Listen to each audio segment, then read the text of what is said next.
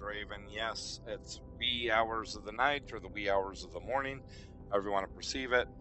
Been working for the decent chunk of the night, needed to take a break, so I figured I'd hop on here and play a little bit of Tetris Effect.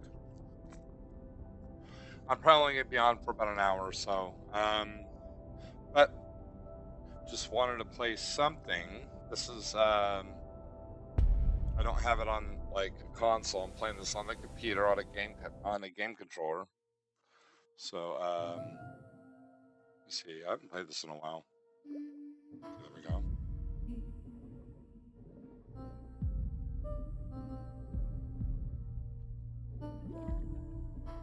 Gotta get reacclimated with this.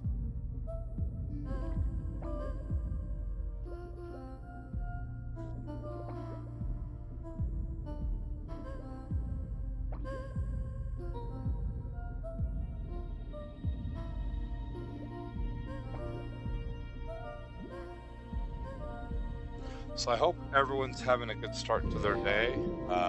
Me personally, my day's still going, but not a bad thing. Although I am kind of getting brain fried. That's why I wanted to hop on here, was just to have a little bit of a reprieve. And I figure this is a good way to be able to hang out with some people. And I don't know if anybody's awake or gonna come on or what, but it kind of makes it into a rare treat. And as lovely maiden said, sometimes I get kind of philosophical when I play this. I will admit I am not the best person for responding to chat. So if I don't quickly respond to stuff, don't take offense to it. I mean, also bear in mind too that I've been up for quite a while.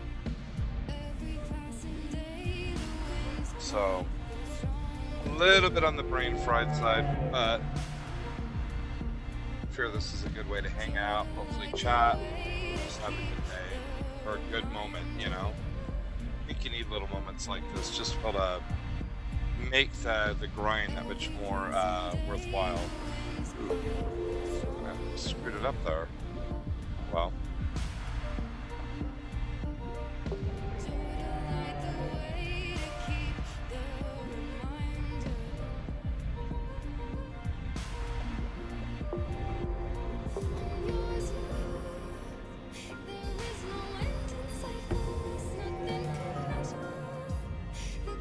And to be honest, I do like the music on this. It's kind of uplifting, Not that what I listen to is like depressing or anything like that. It's just sometimes it's good to have something with a little bit, I don't know, mellow, uplifting, tied to something mentally challenging and stimulating. See, there we go.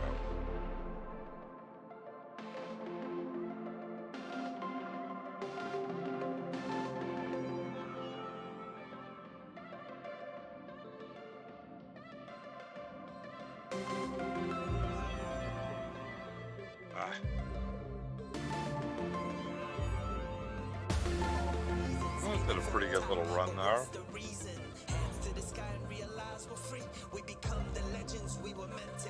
So if I have this giant,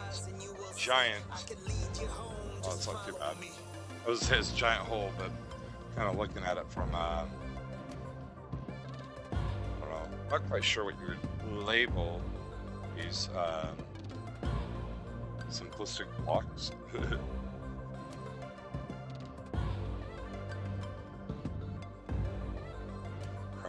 Kind of going foobar here, but kind of made myself dependent on one particular piece, and I just got it.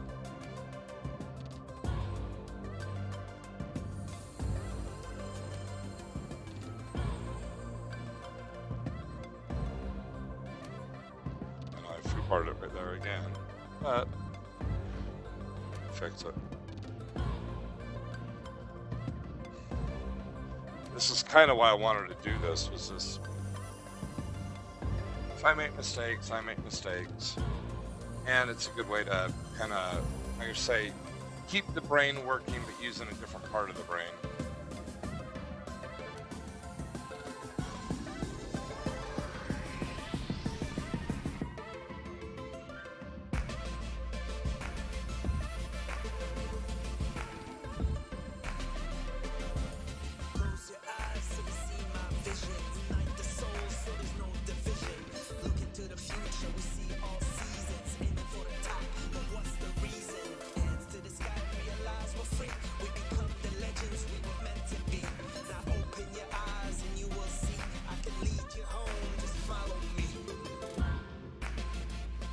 to help without not getting exactly the best pieces I want.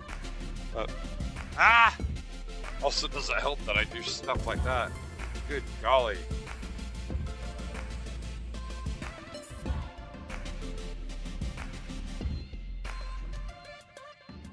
Double line dependent.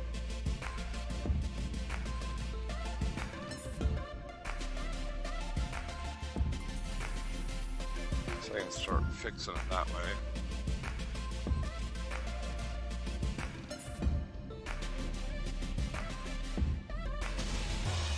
God, I royally foobarred it there.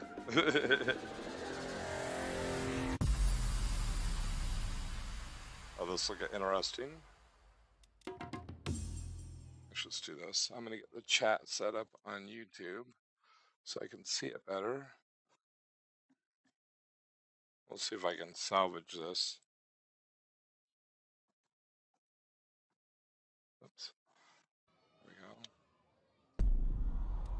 go. Should be able to.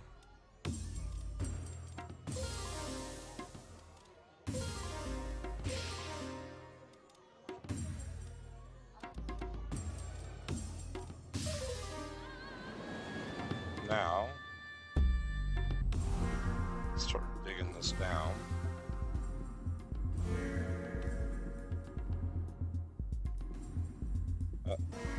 Not used to the sensitivity. I think that's probably the big problem that I'm having.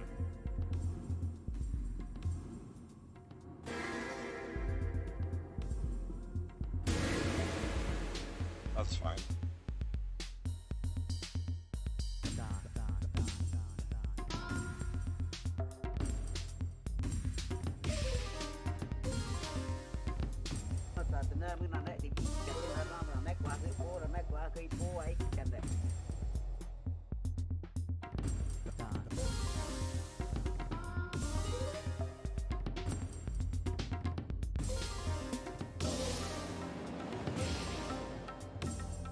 Just like that, I bore it all the way down. I'm going to keep that.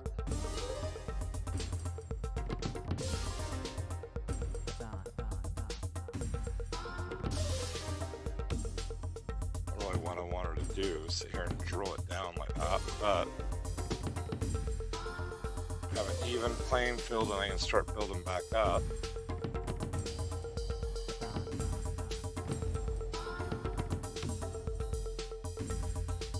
I hope everyone is having a good morning. I mean, right now I know that there's really nobody, at least the people that normally watch me aren't awake, I would bet. But plus side, if you guys do hop on, have something entertaining to watch. You know, while you're sitting at work or school or, I don't know, taking a crap.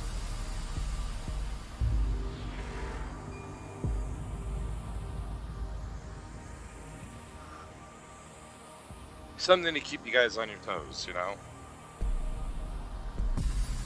Next area. Ooh, it kept it too. Cool.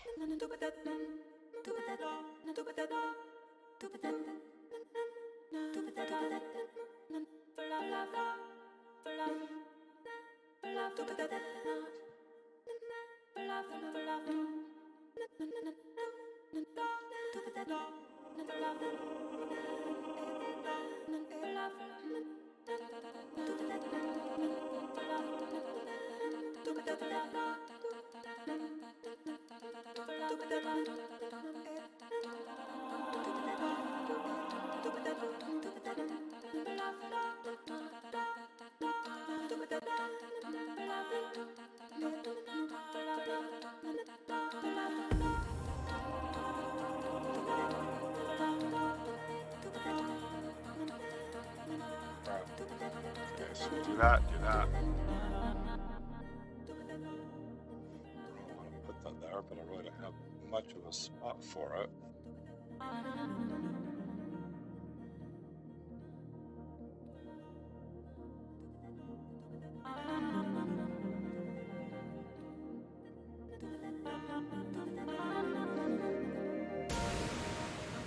Cool.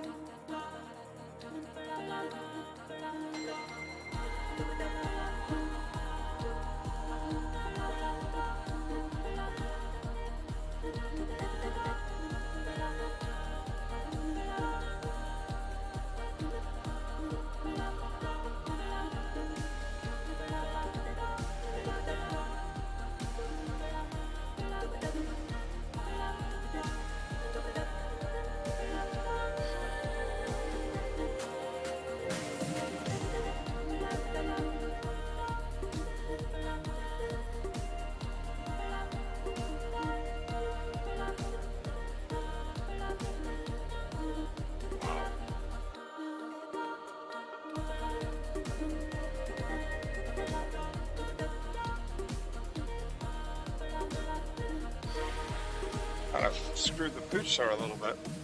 Just a little bit. I gotta actually bore down again to get that one knocked out. I don't know why this one, when it comes to the lay of it, I always seem to get like in trouble. I think I'm almost getting hypnotized by it.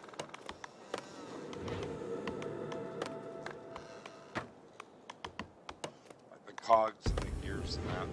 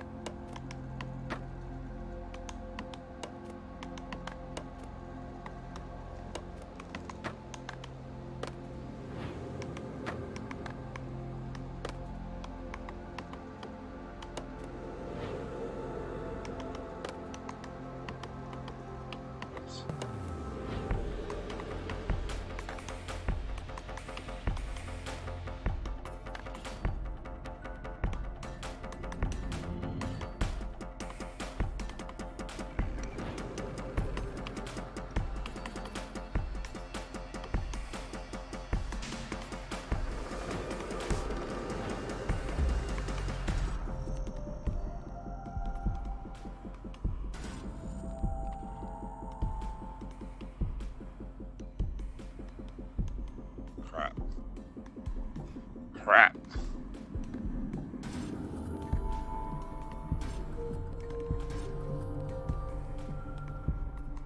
I did it again.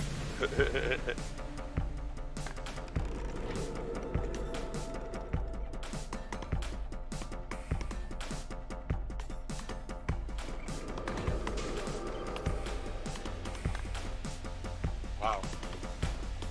Got a little too eager on that drop, didn't I?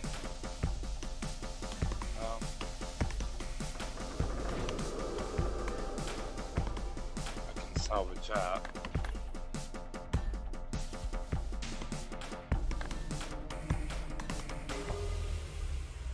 Yeah. Hey there, Mr. Gaming. How are you doing? Actually, let's do this so I can see you better. Put this on full screen. Paxi. Oh, it's Paxel Gaming. I'm sorry. Good to see somebody else that's up at this time of the night or morning or day, depending where you are.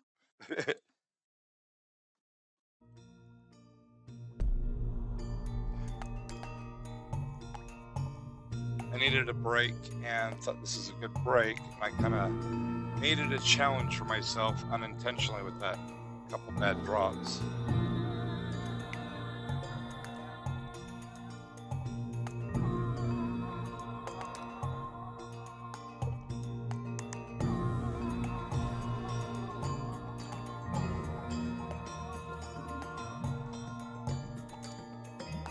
That and I'm playing this tired, which most times it'll wake me up, so I can keep on doing the grind for work. But it makes it kind of interesting to play because a lot of times you're tired, you do little boo-boos. That, and I'm kind of getting reacclimated because I don't use a controller all that much. But I like playing Tetris with a controller, but this thing's more sensitive than I remember it being, so it kind of threw me off a little bit.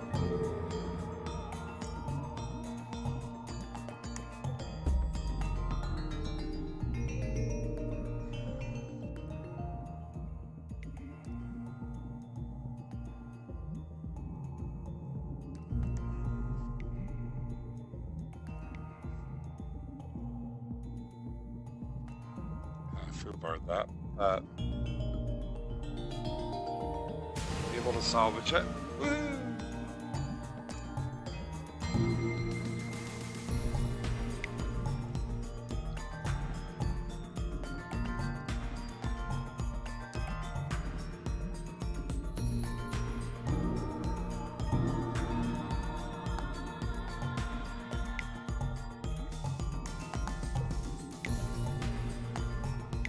Cool part is when you can get into a pretty good rhythm and not to drop that nasty.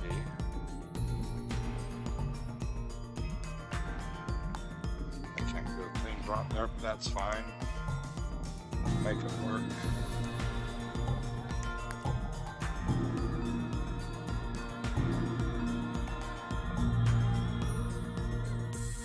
Got it. We did it. Woohoo! Not exactly the way I wanted to drop it, but hey, that's okay. If I remember quickly, this one actually gets pretty fast.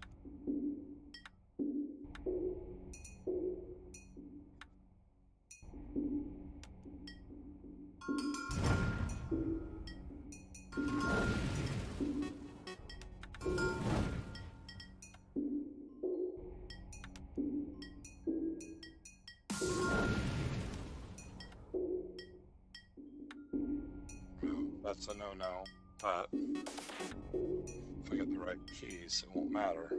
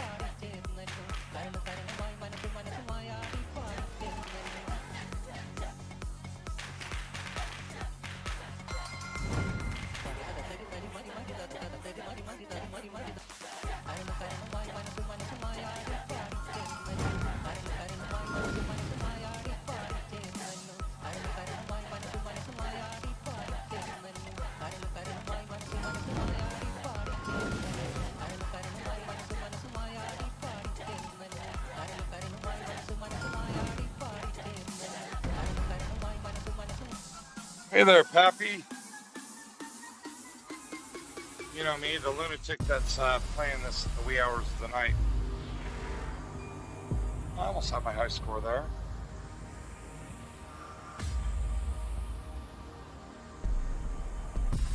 It's like saying no rest for the wicked, right?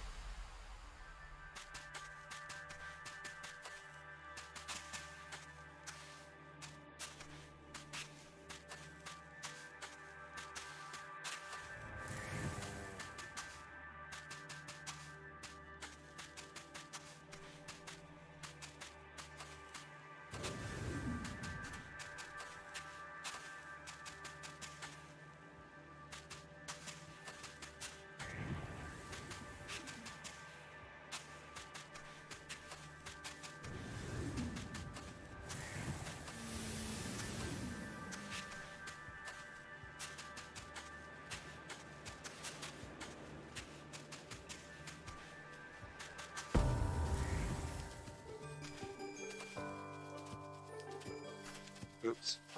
Just dropped that.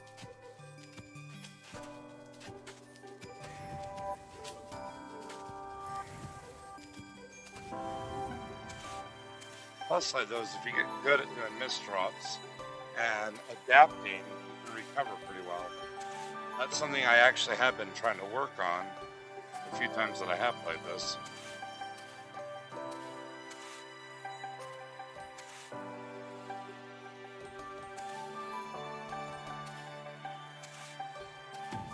I mean, to be honest, I love Tetris. I think it's one of the timeless games out there. Sadly, I would play a lot more if I had the time. And with what I'm working on, that I'm getting started today, actually, which is why I'm putting in these crazy hours.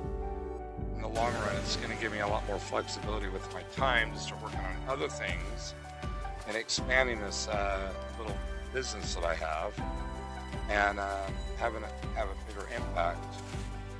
And really all I needed was help, and I'm actually going to be getting it from a friend of mine that's a programmer. So we're going to have 2 programmers working on this little venture, and me and him, obviously. And it's going to make it where all the way around I'm going to have a lot more flexibility with what I'm doing, because the website itself is a very, very small part of what I have planned.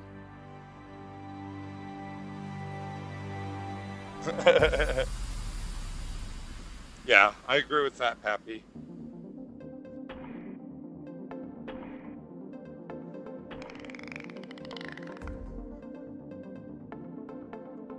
Rust is something, it's funny. I don't know if you guys are the same way, but kind of my view with it, like with what I've been working on. Somebody says, why aren't you going to be happy when you're finished with it? It's like, dude, I'm never going to be finished with it. Because to me, if you're content with it, it's dead, it's done, it's over with. And to me, it's kind of like life. You don't give up on life. You don't give up on what you're aspiring to do and what you're aspiring to be. If you do, then what's the point in living? We're creatures of growth and adaptation and becoming something more than what we are. And I think when people sit there and, well, I'm content with life, I'm not going to do anything else with my life, you're alive, but you're not living. And that's at least my perspective in it. And, that's why I'm, like, I don't know if it's good or bad, but I'm never really content with what I've done. I always want to do more.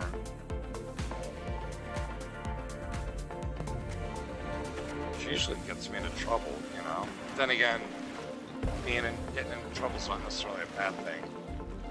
I think we all need to get into a little bit of trouble because, the fairy tale dream doesn't happen the way that we expect it to, and, I don't know. I don't think that, the world's not perfect. We're not perfect. We all have flaws. We're meant to grow and progress into something more than what we are. And that's my 2 cents on it, Wow. Getting kind of far up there, aren't I?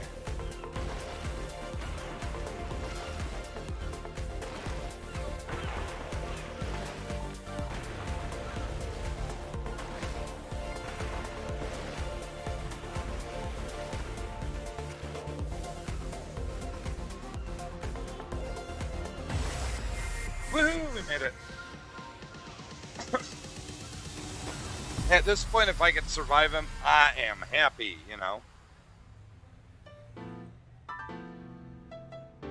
So I still got a challenge for everyone. I'm thinking I want to get Mika involved as doing streaming on here too, on the same channel. I'm still going to be streaming in that. It's just, I think you'll have more content, more variety, and I'm going to be doing some more tweaks to the channel once I get everything put in motion with Music Eternal, and I'm trying to train myself with some of the things on there in terms of load management and a couple other things as well as other things as well. Mainly because there's a lot that I want to do with Music Eternal work-wise, and helping out with the coding, everything else. And that's kind of where my workload's going to be crazy. And there's things I want to do on here. It's not like, well, I'm only going to be doing that. Fend for yourselves with this stream, guys. Have fun, Mika. No. It's for me, the main reason for playing games was a stress reliever. And then because of just life. And then doing the streaming originally was to show somebody that, there's the potential of making money on here. And the guy didn't have the fortitude or the guts to make an ass out of himself on here. So I kind of figured I would do it. And I'm too stubborn to quit. And I've met some really, really awesome people in here, such as Pappy, such as Lovely. And to me, if I quit, it's kind of abandoning you guys, and I'm just not going to do that. So you guys are kind of stuck with me. And it's also a place where I can actually learn how to do things on here to try to do more than what I am. And like I said, I'm not content with just, oh, this is life, I always want to do more. I actually want to be a positive impact out in the world as well as on here. And with that in mind, going back to the original topic, I need to come up with, food there. But anyways, I need to come up with a new name for the channels that represents both of us. And, then that way we can both, let people know, hey, Mika's streaming, or hey, Draven's streaming. And, you're kind of, who you're involved with. I mean, it's kind of like they have channels out there that are like media channels where they have a group of people working on this. And I'm not saying I'm a media channel, or Music Eternal is, but this isn't. But to me, it's like, if this thing's going to take off, I'd rather have it be successful for both Mika and I. And it's like, I've been working on building this. So, if he can reap the benefits from it, I'd like to be able to have him reap the benefits from it as well. So if you guys come up with names, pop a comment in the streams. I actually asked this last night too, but I didn't get a chance to actually check. So I'll have to scope it out and see if anybody did put comments. If not, then maybe you guys will, and we can, you guys can help me brainstorm some cool names, and nothing like perverse or demented, I'm not going to call it, S&M gaming or, bondage roleplay LARP, but oops, as I sit here continuing to foobar things.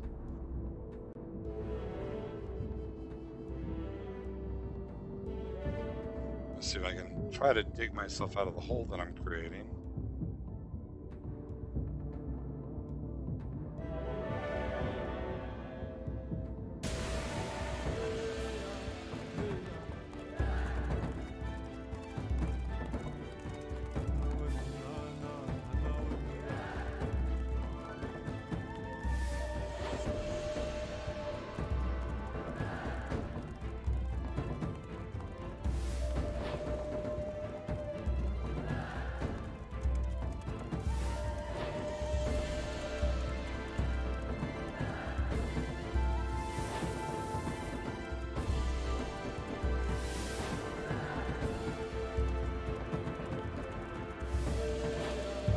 But it's funny now that I think about it, Music Eternal actually started because I was DJing so much.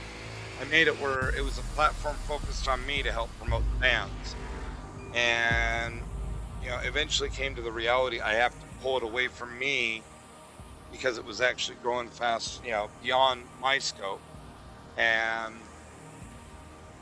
that's kind of where I talked to my mom about it. We came up with the name Music Eternal. And now you look at this with these channels, it's Draven Taylor, and now it's going to be evolving into something else. So that, because I want it to grow beyond me. I want it to be, I don't look at this like, hey, I'm playing a game and you guys get to watch. No, this is a community. We're a family, we're friends, you know.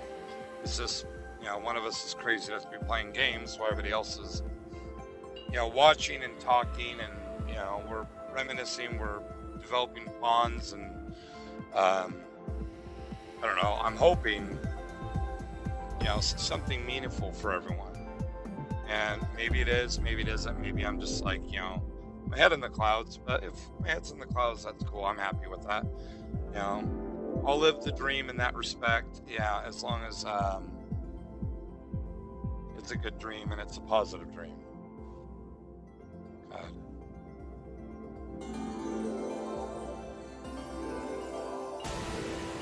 Oh, I got it back to the bottom.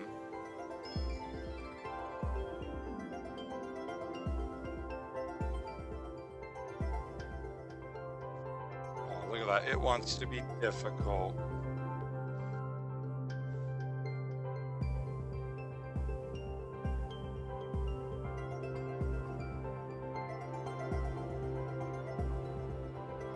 That's actually one of the things I like with this, because even if you make mistakes in this, it's all about recovering and doing something impactful with what you're doing.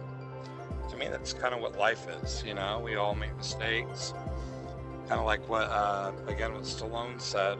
I know I mentioned this in a previous stream, but it's not about how hard you hit in life, it's about how hard you get hit and keep on getting up. You know, that's where they say, if you get knocked off the saddle, you know, get yourself back up and get back on that saddle. You know, in that respect, you know, you fall down on your bike, you get hurt, you fall down in life, you don't sit there and cry about a scraped knee. You sit there, well, you probably would cry, but you know what I mean? You don't just sit there and say, I'm never gonna ride the bike again. No, you find a way to get back on your feet, sit there and say, you know, that was a painful experience. Probably won't do that again, and I'm going to learn from it. And hopefully you do. Let's do this.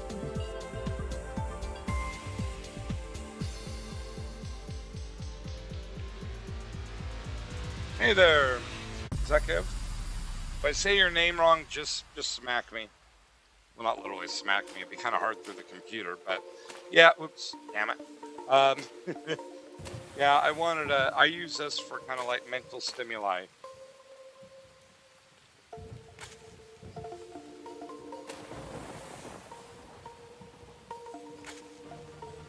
And it's also a good way to be able to sit here and chat and contemplate the meaning of life, or, you know, just be able to have time to chat and hang out, and hopefully, you know, we have a good experience here.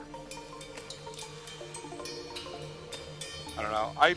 I talked to somebody about this, you know, and one of the things I kind of realize with this is when you think about it, what are we here in life? You know, there's a lot of people that focus on, you know, where am I going to go when I die? You know, what am I going to, you know, I don't know. People are so focused on what they dream for, and, you know, being the superhero, you know, I don't know, just stuff like that. And I kind of look at it, and,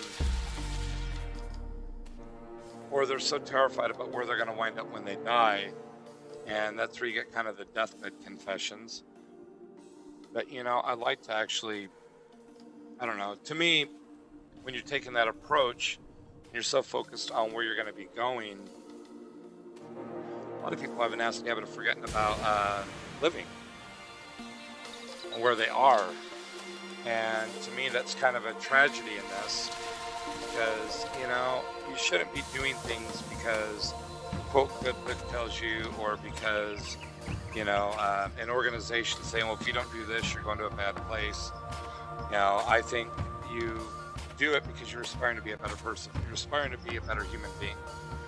And, you know, it's, I don't know, that's just my view when it comes to life. And I have a feeling in this that when you're so focused on where you're going, or that, you know, well, you know, if I make a boo-boo, I can get forgiveness, and that. It's not about, to me, you know, if you make a mistake, you apologize. You hope that you don't do it again. You shouldn't be punished for what you did in the past if you've learned from it. And as one of my former bosses used to tell me, and I love this, so I think it's very insightful. I was working on one of the databases at one of the places I worked at, and I screwed up. I pulled data from the previous day, ran it through all the processes, and created duplicate values in the database. And this is for like clients and that, and um, should have been a major boo boo. And he was totally cool with it. He was totally understanding. Told me how to fix it. And I went and I said, hey, I'm really sorry that I did this. And he said, well, there's a lesson in this. If you make a mistake and you learn from it, it's a learning experience. If you make a mistake and you keep on making a mistake, then you're just fucking stupid, and we don't hire stupid people here. Now, he's former military, and he was being, I think he was being, um, him and I were actual friends, and, he was trying to be friendly in that respect. But, there's a very, very powerful lesson in there too. And, I don't think it's, that you're going to be stupid and, you should be fired and stuff like that. But I think it's more about, we're all going to make mistakes, and, um, you really focus on learning from it and trying to improve yourself. And it's not like, well, I'm on top of this game. That's it. Nothing more to do. Aspire to do more. Aspire to be better. And like I play World of Warships very, very. I used to play it religiously. I've kind of mellowed out on it. Um, but I don't measure myself based on, well, this guy is the best in the world. This guy is in this clan. No, I base it on what I do, and I compete with my scores, with my stats. I try to be better based on how I play. And I am my own worst critic, and I aspire to be what I am proud of. And I think that like if you go based on Christianity, they say, well, when you die, God's going to be sitting there and He's going to be judging you. This is coming from a father in this. I don't believe, they like one of the things that religions will say is, well, if you do this and this and this, God's got these 10 commandments. And if you screw up on him, he's got a place down there that's going to be suffering, burning, and torment, and all this other stuff. But he loves you, and it's like always the emphasis that he loves you. His only begotten son died, and it's kind of like, well, I thought we were your kids too, But that's also where too I think about this, and this is kind of where I'm going with this. And I'm just going to take a short pause so I can do something. Um, People sit there, and a lot of these religions will say when you die, if you've done all these like stupid things that are considered sins, and you haven't sat there and said, oh, I'm sorry, I'm sorry, I'm sorry, I'll never do it again, that you're going to a horrible place, or you're not going to the best place in heaven. And and once you die, you're stuck in those places forever. And I kind of thought about this, and it's like, I don't care what my son does. I will never hold a grudge against him. If he killed somebody, I'm still going to love him. I'm still going to forgive him. I'm still going to turn his ass into the police. He's going to have to pay his crime. But I'm not going to sit there and say, well, you got to live underneath the stairs now when you come out of prison. No, I'm not going to do that. If he becomes an alcoholic, I'm not going to sit there and, take the empty bottles and shove them up his butt and sit there and say, you got to wear these for the rest of your life as punishment. No, I'm not going to do that. I'm going to try to get him the help and try to get him. My aspiration in this is for my son to be a better person than I am. And I'd like to believe that my biological dad and my stepdad, Richard, have the same hopes and aspirations for me. That's what a father or a mother is to me. One of the things that they say in this, and this is from The Crow, and I do agree with this, is that mother is a name for God upon the lips and hearts of all children. Now, I don't think it's just mother. I think it's mother and father. And one of the things I think with this is they say, honor your father and mother. And I think in that respect, honor and respect have got to be earned. But if you got good parents, they're always going to be trying to do those things for you. They're always going to try to help you become better in life, have stronger values, a stronger character, be more tempered to what the real world's going to throw at you. And no matter how hard you fall down, they're going to, because of the tools that they've given you, You're always going to get back on your feet, shake your fist at the world, say, I'm ready for more. I'm going to do whatever I can to be a better person. Now, the reason why I talk about this in reference to God is if I'm that way, I know that God's going to be better than me because I'm not perfect. I'm far from it. If I was perfect, I could walk on water. I wouldn't have actually, I wouldn't have a scar on my ass from surgery from a stupid thing that I did with my chair from staying up all night. So these are things where I think that people, they do the pitch that Jesus is the salvation. We're good in that. But I think a lot of people are terrified of going to hell. And it's all prep work about where we're going to go in the afterlife. And I think that a lot of times people forget something in this, and this is where I'll throw the Vikings in this. They have a saying, and I think it's very, very impactful with this, and that's eat, drink, and be merry. For tomorrow we all may die. And if you look at this, it doesn't matter if you're 5 years old, if you're 10, if you're 81.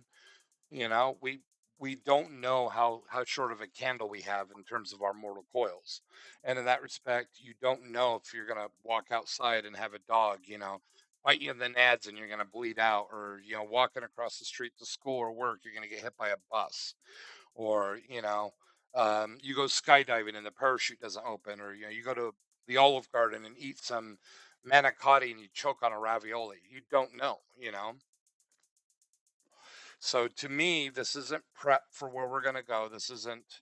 It's the here and now that matters. And just like the Viking said, eat, drink, and be merry. And I'm not sitting there saying, rob a bank or get drunk. I'm saying be the best that you can be because you don't know if you're going to be around tomorrow. None of us do. And the future's unknown. The past is our lessons to our future, and the present is the here and now. And the present's a gift. It's a gift that we have for that we should cherish. And I'm going off on rants, and I'm sure I'm just like scaring the hell out of people, or putting them to sleep or whatever. But anybody that's seen what Lovely puts in chat, I'm sure she's forewarned people in previous streams. I get all philosophical when I play this. So, and also I got to interject before I start the game again. We got to crack it in likes, which is 5 likes on YouTube. So hey everybody, thank you for that. I mean, that's pretty cool at this hour of the morning that I've got that many people liking it. That's totally awesome, and I really, really, really appreciate it. Now back to the abuse.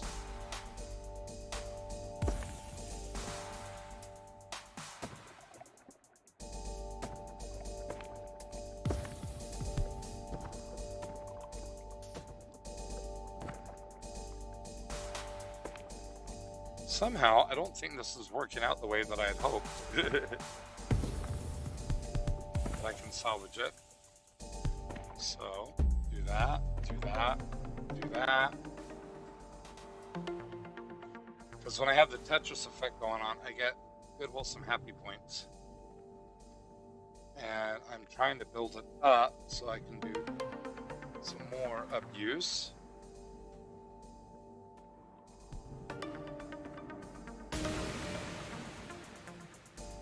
That wasn't too bad. Probably not the best, but hey, I'm a happy camper, and boy, have I made myself dependent on very particular lines.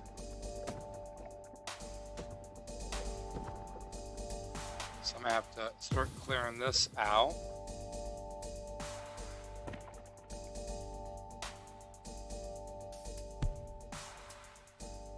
Okay, I still have a ways to go.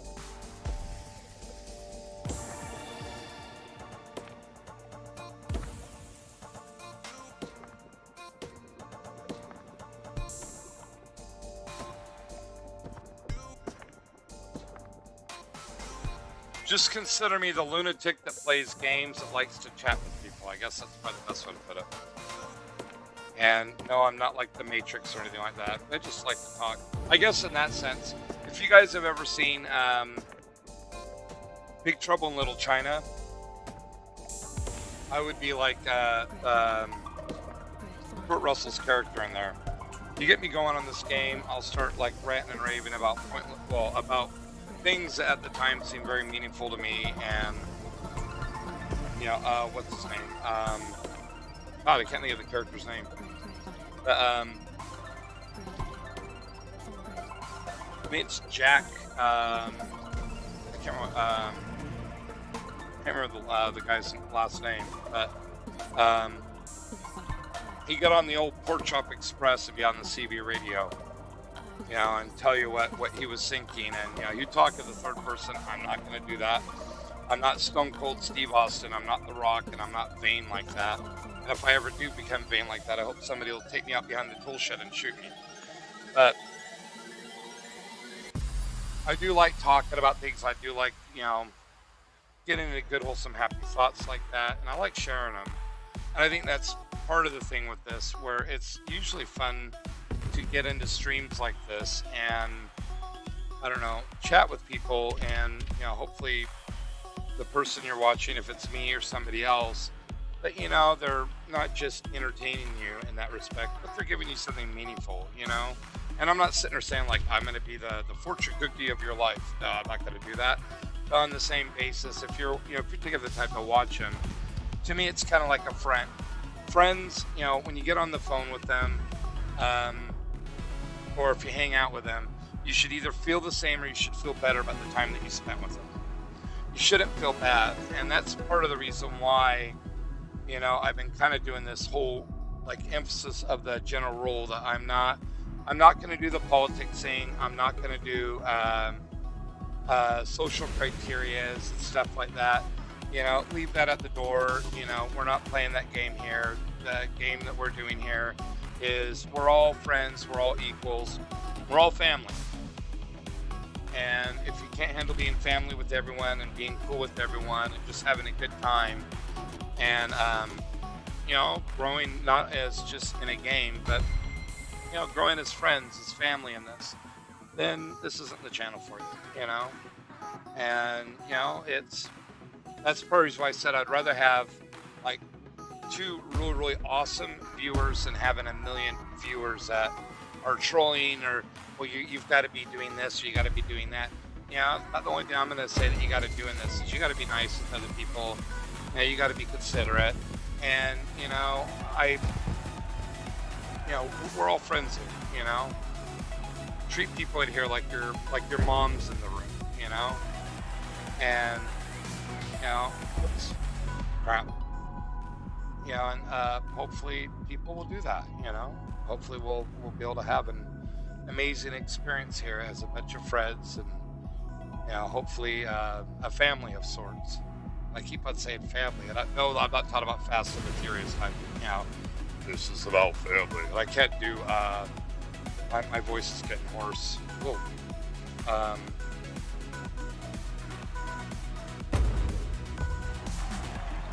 don't know. To me, it's just, I've been trying to emphasize on doing this more of a PG-13 approach for YouTube and for Twitch, but I notice when I try to go on the straight and narrow in that respect, I always get somebody that hops in, we got to talk about politics, or we got to talk about this, and it's like, I'm not a Democrat, I'm not a Republican, I'm not, left, I'm not right, I'm just Draven. And if we want to talk about stuff like that, or, stuff about what's going on in, like, the Ukraine or Ethiopia, my standpoint, if you're killing people, you're doing something wrong. If you're going into a different place and you're shooting people, you shouldn't be doing that. I've lived in other countries and I've seen how a lot of countries are really driven by culture. And my view with it is be mindful of the cultures, be respectful of the people there, and, treat them how you want to be treated. And, if you go in there and you start shooting at people, then they have the right to defend themselves and shoot you. Aside from that, with what groups doing what, stuff like that, you got politicians doing that, you got media channels, and that's been my approach with Music Eternal. I will not mudsling, I will not go in there and slam people. It's about presenting the music to as many people out there as possible, let people get to know the bands, not just as musicians, but as people. And it's kind of like that with this. I hope that people will experience the games, whether if I'm good at them or bad at them. You'll either see how to epically do right in it or epically do wrong at it and learn from my mistakes, or or as I'm learning from it, or, maybe when I go off on these goofy little rants, maybe, you guys will learn something, or you'll share something to me and I'll learn something. And that's kind of where I do go off on rants. Holy shit. Sorry, guys. I know I go off on chats like this, but it's just, I don't know, there's just things I really like sharing. And I don't know. My problem is my mind's always going. And so I don't know, not exactly the advocate for like a mattress commercial. I love to dream. When I'm tired, I like to sleep. But on the same basis, I don't know. Like I said, I look at this isn't a practice. We have one time in life, and I would rather do something that I feel is meaningful to me, and hopefully meaningful to others. And, hopefully I could be a positive impact on other people's lives. And hopefully they aspire to do the same,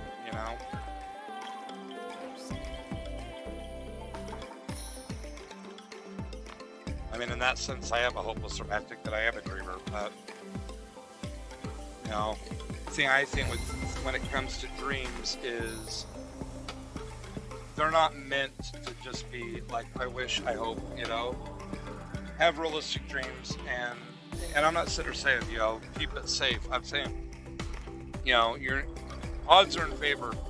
I'm not going to be Superman. So I'm not going to be running around trying to jump off of buildings. I'm sorry, I value my life. I don't think that I'd be very good as a wet stain on the pavement. But, music and turtle, I've had a lot of people tell me, well, don't aim so high, keep it within the realm of reality. And my first thought with this, did Mark Zuckerberg or Bill Gates or Steve Wozniak and Steve Jobs, did they play it safe?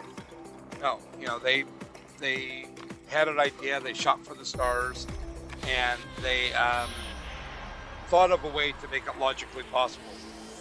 And, that's kind of where, to me, that's what we should be doing. Dreams are meant for us to aspire to be better and, to be a positive impact to the world. And just my opinion. And I know part of this, why I get into this with this game in particular, it's more about the music. I don't know, this will sound kind of cheesy, but I get kind of in moods of music. And like, I'll get in certain moods and I'll play like music and I'll write poetry. And, I get very, very expressive with things. And it's just who I am. I'm very logical, but on the same basis, I don't know, I tend to be a creature of emotion, and kind of makes it where, I don't know, me personally, I think that's one of the factors of this. I say I don't have time in that, where I haven't gotten involved with anybody, and, I've been playing the single thing. Part of this is that my priorities of this is I'd rather spend the time with my son. I'd rather spend time with people that I feel that are a positive influence in my life and in his life. This will sound really cheesy, but like with Richard, I know that he's not going to be here forever. That's something I learned with my mom.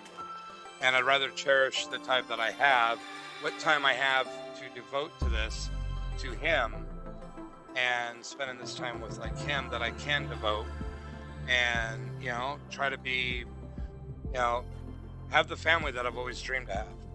And that's kind of something of this. I think that, it starts with self, but, I know what I want with like a relationship. I know what I want in terms of a family. And in all reality, my family doesn't want that with me. So that's where my friends come in, and the people that I know.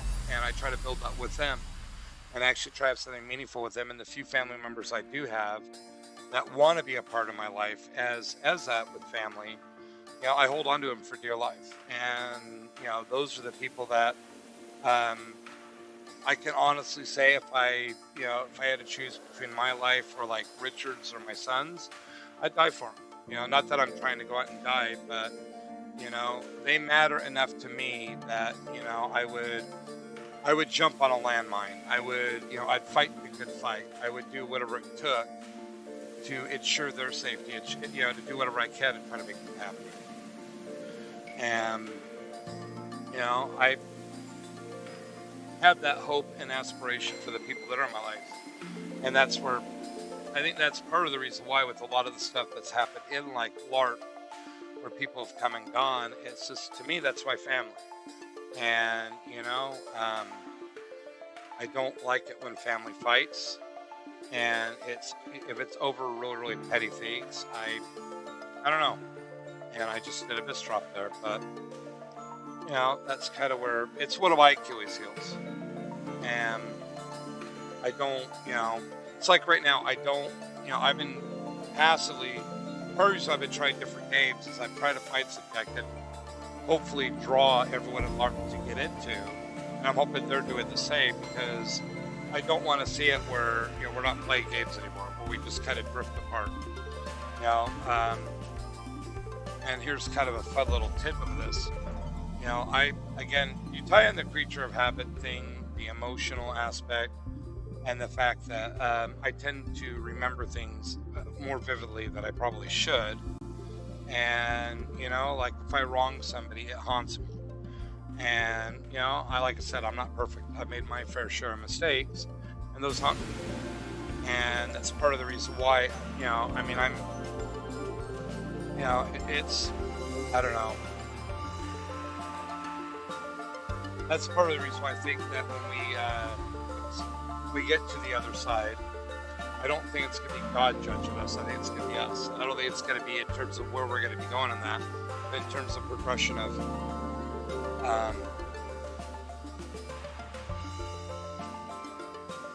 why we're here, and did we learn what we aspired to learn here? Did we achieve what we were meant to achieve? And I think our own hell is our own personal hell, our regrets, our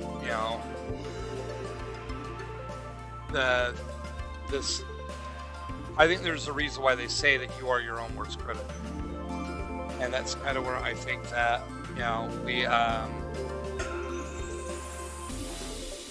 we wind up punishing ourselves. Because I think at face value, we're not all inherently evil. I think that, you can call it environment, you can call it, whatever. I don't know. I don't think that I'm going quiet because I have to actually pay attention.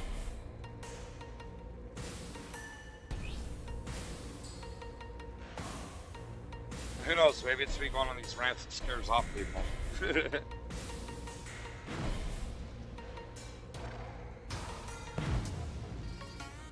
But it's funny because, like, one of my favorite shows is House. And he said something very prolific in this. And yes, he's an atheist. I'm not an atheist. I would say, what I would say is I'm very spiritual, but I tend to be anti-religious. I don't think that it's going to be an organization that will give us salvation. I think it's us, what we do in life, what we aspire to be, the merits of what we do in this life that will give us salvation or damnation. And I have a hard time believing that there's somebody upstairs that's going to sit there and say, well, you didn't obey these set of rules, and so you're forever damned. I think it's more of the fact that I don't know. Here's a good example. If you guys want something interesting to read, it's by Vampire the Masquerade, well, by White Wolf, and it's in Vampire the Masquerade. It's actually a book called the Book of Nod, and they have a piece in there that gives a different perspective on Cain and Abel, and this is, from what I understand, this is actually based on literature that the Catholic Church actually defined as heresy. And whether that's true or not, I don't know. But I do know that there's a lot of stuff in there, like the Book of Thomas that's been removed from the Bible.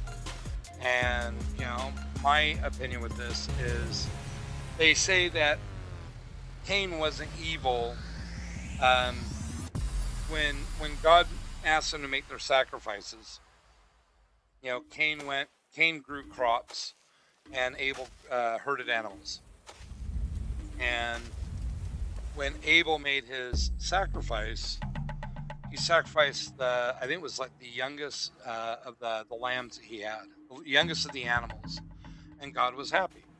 And Cain sacrificed the best of his crops, and God wasn't satisfied, and God told him, "You need to sacrifice what's most precious to you." And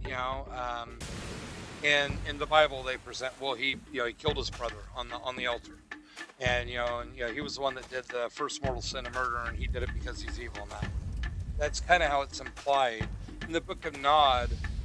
What it was presented in this is that when God told him to sacrifice what was most precious to him, what was most precious to him wasn't his crops. It wasn't animals. It wasn't something of the earth. It was his brother. He loved his brother beyond words. And so he literally took what God said for face value, and he sacrificed his brother. Didn't know any better. And, God went and, confronted him on this, and he felt guilt. And, he banished himself. And, in this respect, God sent archangels, basically saying, hey, God's forgiven you. You need to forgive yourself. And each time that Cain wouldn't forgive himself, he was basically cursed. And, and that's supposed to be where the whole thing with the vampires comes in. And I think with this, I think when they say that you're your own worst critic, because I am, I'll freely say that. And that's been a lesson I've had a really hard time to learn, is not to crucify myself, no pun intended, for mistakes that I do. And, to look at things from a constructive and not destructive. And that's easier said than done. And that's where, I think that when it comes to all this, it's real easy to sit here and do the whole doomsday thing, and we gotta be good because of what this and this and this is, and we have to blindly obey. Here's kind of the funny part with this. They say that there's 7 deadly sins, and there's actually, depending on what philosophy you go into, there's 7 or there's 9 virtues. One of the virtues that they present in this is piety. And one of the things that they presented in a lot of philosophical standpoints is you can't push a sin into a virtue, but you can push a virtue into a sin. And that's why they usually say that, like in history, more people have been killed in the name of God than for any other purpose. And, it's usually those that become so extreme in their faith that they're not really religious. They're what would be labeled as zealots. They're, all of a sudden everything becomes negotiable. I'm doing this in the name of God, so God will understand. And I think that, there's a few things in this that I do agree with Carlin and with others. And I think that,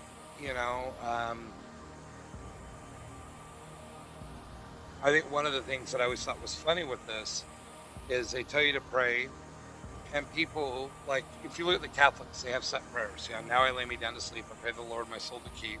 If I should die before I wake, I pray the Lord my soul to keep. And, Mormons have ones, Lutherans have one. They're rituals, and the rituals are tied to a religion, which is where you get piety. Piety is your devotion or faith to a belief. And my view in this is you can look beyond a religion to see that there is a higher being in this, in terms of the fact that there's a level of symmetry and duality in everything. And I think that that's proof alone. It's not just, randomness in this, but going back to House, I think, he said he believes that there's nothing beyond this, because he thinks that everything matters, that's in the here and now. And my view in this, I agree with him, but I agree for different reasons. I agree because I think that we're meant to experience everything. We're meant to become better. Because in the end, what do we take? We don't take our money. We don't take our wealth. We don't take objects. What we take with us is we take our memories, our experience, and our emotions. And what do you want to take with you? A bunch of loving, happy memories, or do you want to? Well, I screwed this person over and I got further ahead. I hurt this person, I got further ahead. I killed this person because it was fun. And it's kind of like, again, going to Carlin. People are sitting there, we got to save the world. We got to save the world. The world's going to be fine. It's, if the world goes in a bad place, it's been here for billions and billions of years. If the world goes into a different, change, the world's going to be fine. It's us that's going to be screwed. So it's a self-interest. It's not, that's my opinion with this. But I also think, too, that wargaming's a perfect example. You got to find balance. And I see that when they buff or nerf most things, they either buff or nerf stuff that doesn't need it, or they buff or nerf it to such an extent that it's useless or it's overpowered. And you got to have a balance in things. You got to have the symmetry in all the parts so that you can have the harmony of the pieces on one side fighting the other ones. And that's where you get the symmetry of the teams. The duality of this is the fact that they kill each other. It's destruction, creation for destruction, which I guess in that sense, if you look at it, that's kind of what life is in war.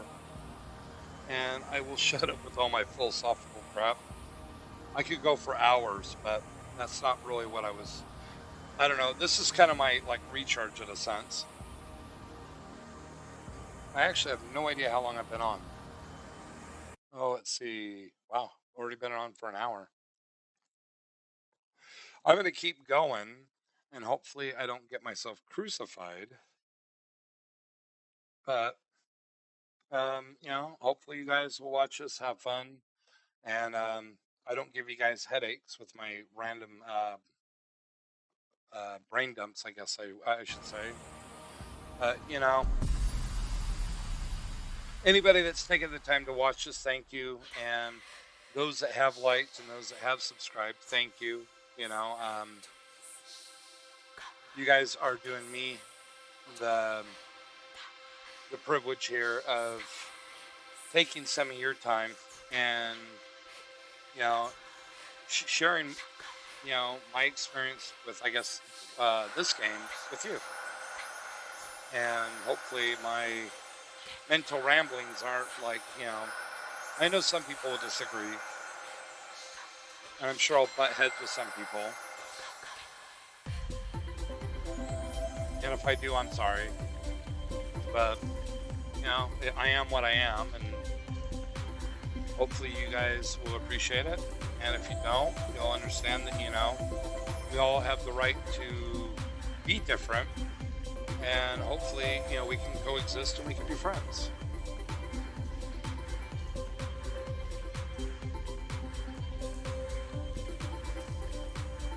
Well, first thing that popped in my head when I said that was, this is kind of an oldie, but Lethal Weapon 4 when they ended that song, why can't we be friends? Why can't we be friends? Why can't we be friends? Blah, blah, blah, blah, blah. Why can't we be friends? I don't know. I just thought of that. It's like, to me, that's kind of my aspirations with music and Turtle was to have a template for what I think an industry could be. If everybody worked together and they treated each other as a family and, helped each other.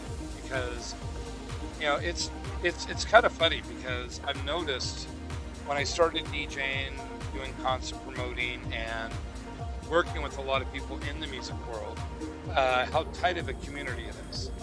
And it's not really a community of well,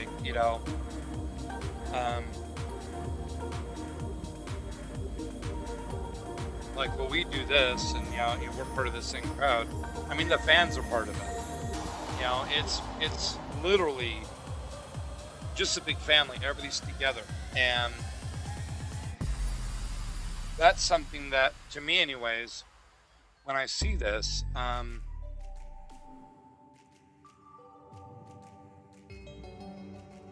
that type of family that you see, especially now with how the dynamics of the music industry have changed so much, not just with the internet, but just with how things have evolved, both for the good and for the worst. Um, it's really drawn a lot of these people in the music industry even tighter together. And to me, it's it is a family. It is something where you've got a lot of people that are really close together, and you know, you'll see. It doesn't matter if they're big names or little names. I mean, they do work together. You'll see it with bands doing songs together. I mean, heck, just look at the musicians on Armada. I mean, it is awe-inspiring when you see how many of them are. You'll have like. They come out with a song featuring this singer, and it's like, it's or you'll see bands like Stitched Up Parts worked with I think it was I don't remember, I want to say Godsmack, but I don't want to name bands that it probably wasn't and be disrespectful in that respect. That's kind of where, I think I've talked to some bands. Well, we just look for ourselves, and it's like, if you go on tour, most bands don't go on tour by themselves. They have a band with them. They have an opening band. They usually have a touring act with them too. And you're working together. Crap. And that's something, in my opinion, that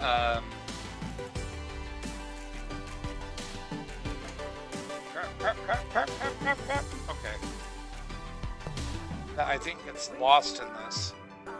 And that was my motivation for this Music and Turtle, was to create something that would help unify all aspects of the music industry, because whether if they admit it or not, they all need each other.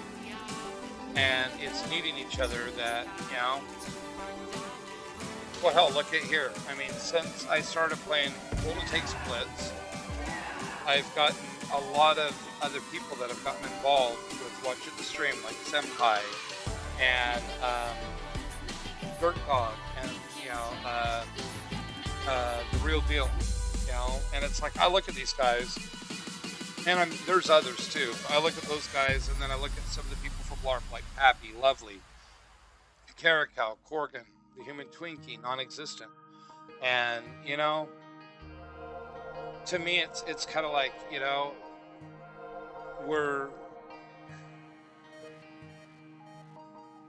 it's kind of like the old and the new coming together. And yeah, it all started with the game, but we're all in this together, and that's kind of where my motivation with like Music and Turtle came into play. That's been really one of my major motivations with the stream.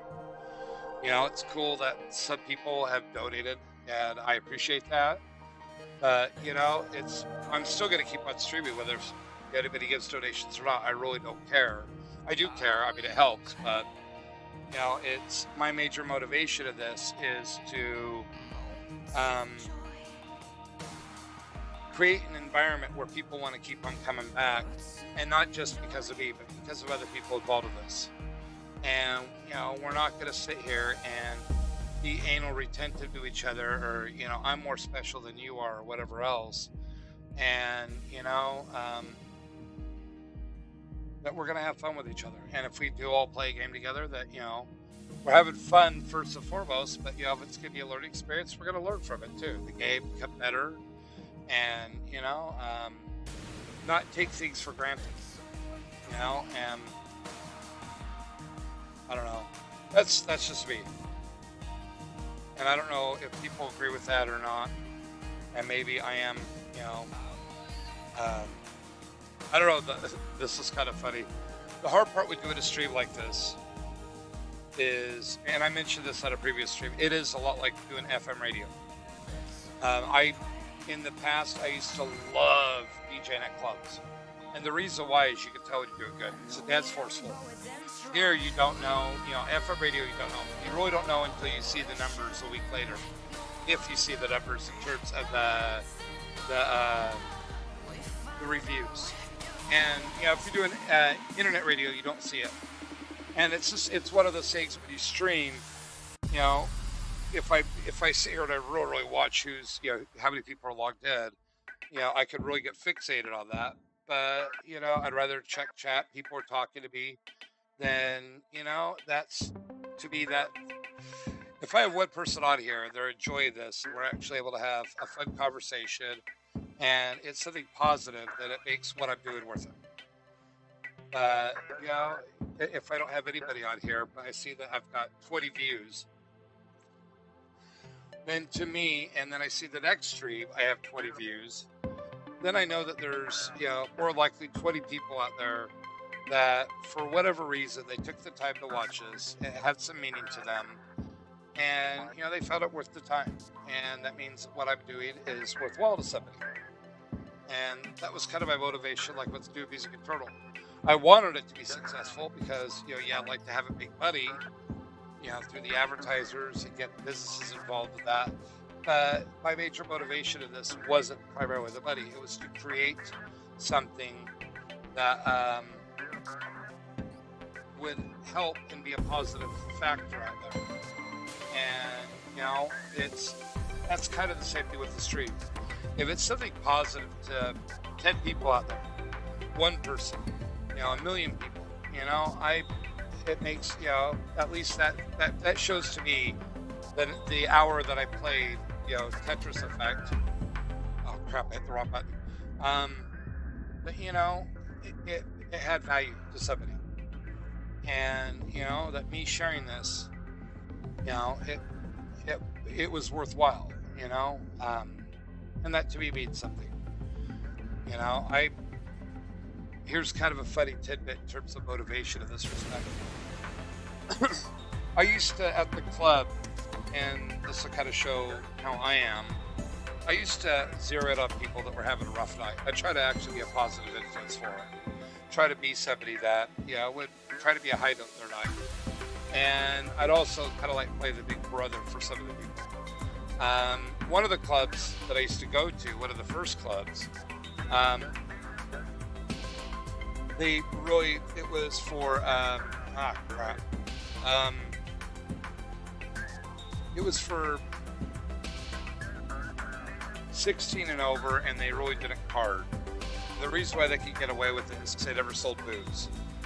And so with them, because they never really carded and they never scrutinized, there were a lot of younger kids that would show up. And there was one girl that I knew. I was friends with her older sister, and it's funny. The older sister looked like she was like 16, and the younger sister, who was actually 14, looked like she was like 23. And so I would always look out for the younger sister, and a lot of guys would prey on her because she was like really, really gorgeous, and I try to look out for her. And the reason why I'm bringing this up, I've mentioned this in a previous stream, but I bumped into her like years later because I lost touch with her when I stopped going to the club, and I was actually DJing at a festival, and she came up to me and she said, all those times that I looked out for her, I helped keep her away from a lot of the bad elements, and she thanked me. And, I had no idea. I had no idea for like a decade. And, she thanked me, her husband thanked me. And, it's knowing that you actually had a positive impact in somebody's life. To me, that's what makes the world worthwhile. That's what makes the world good. To me, that's what world peace should be.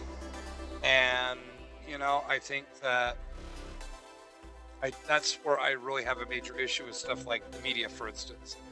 They're so focused on, we got to get more people to watch. We got to get more people, we got to have good ratings. We got to make it worthwhile for the advertisers to fork up the money. And it's like, it should be more about,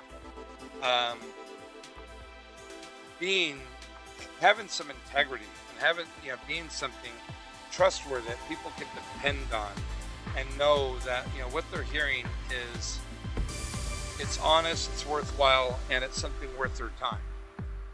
And that's what we all should be in life, in my opinion. Hey, Dirt Dog. And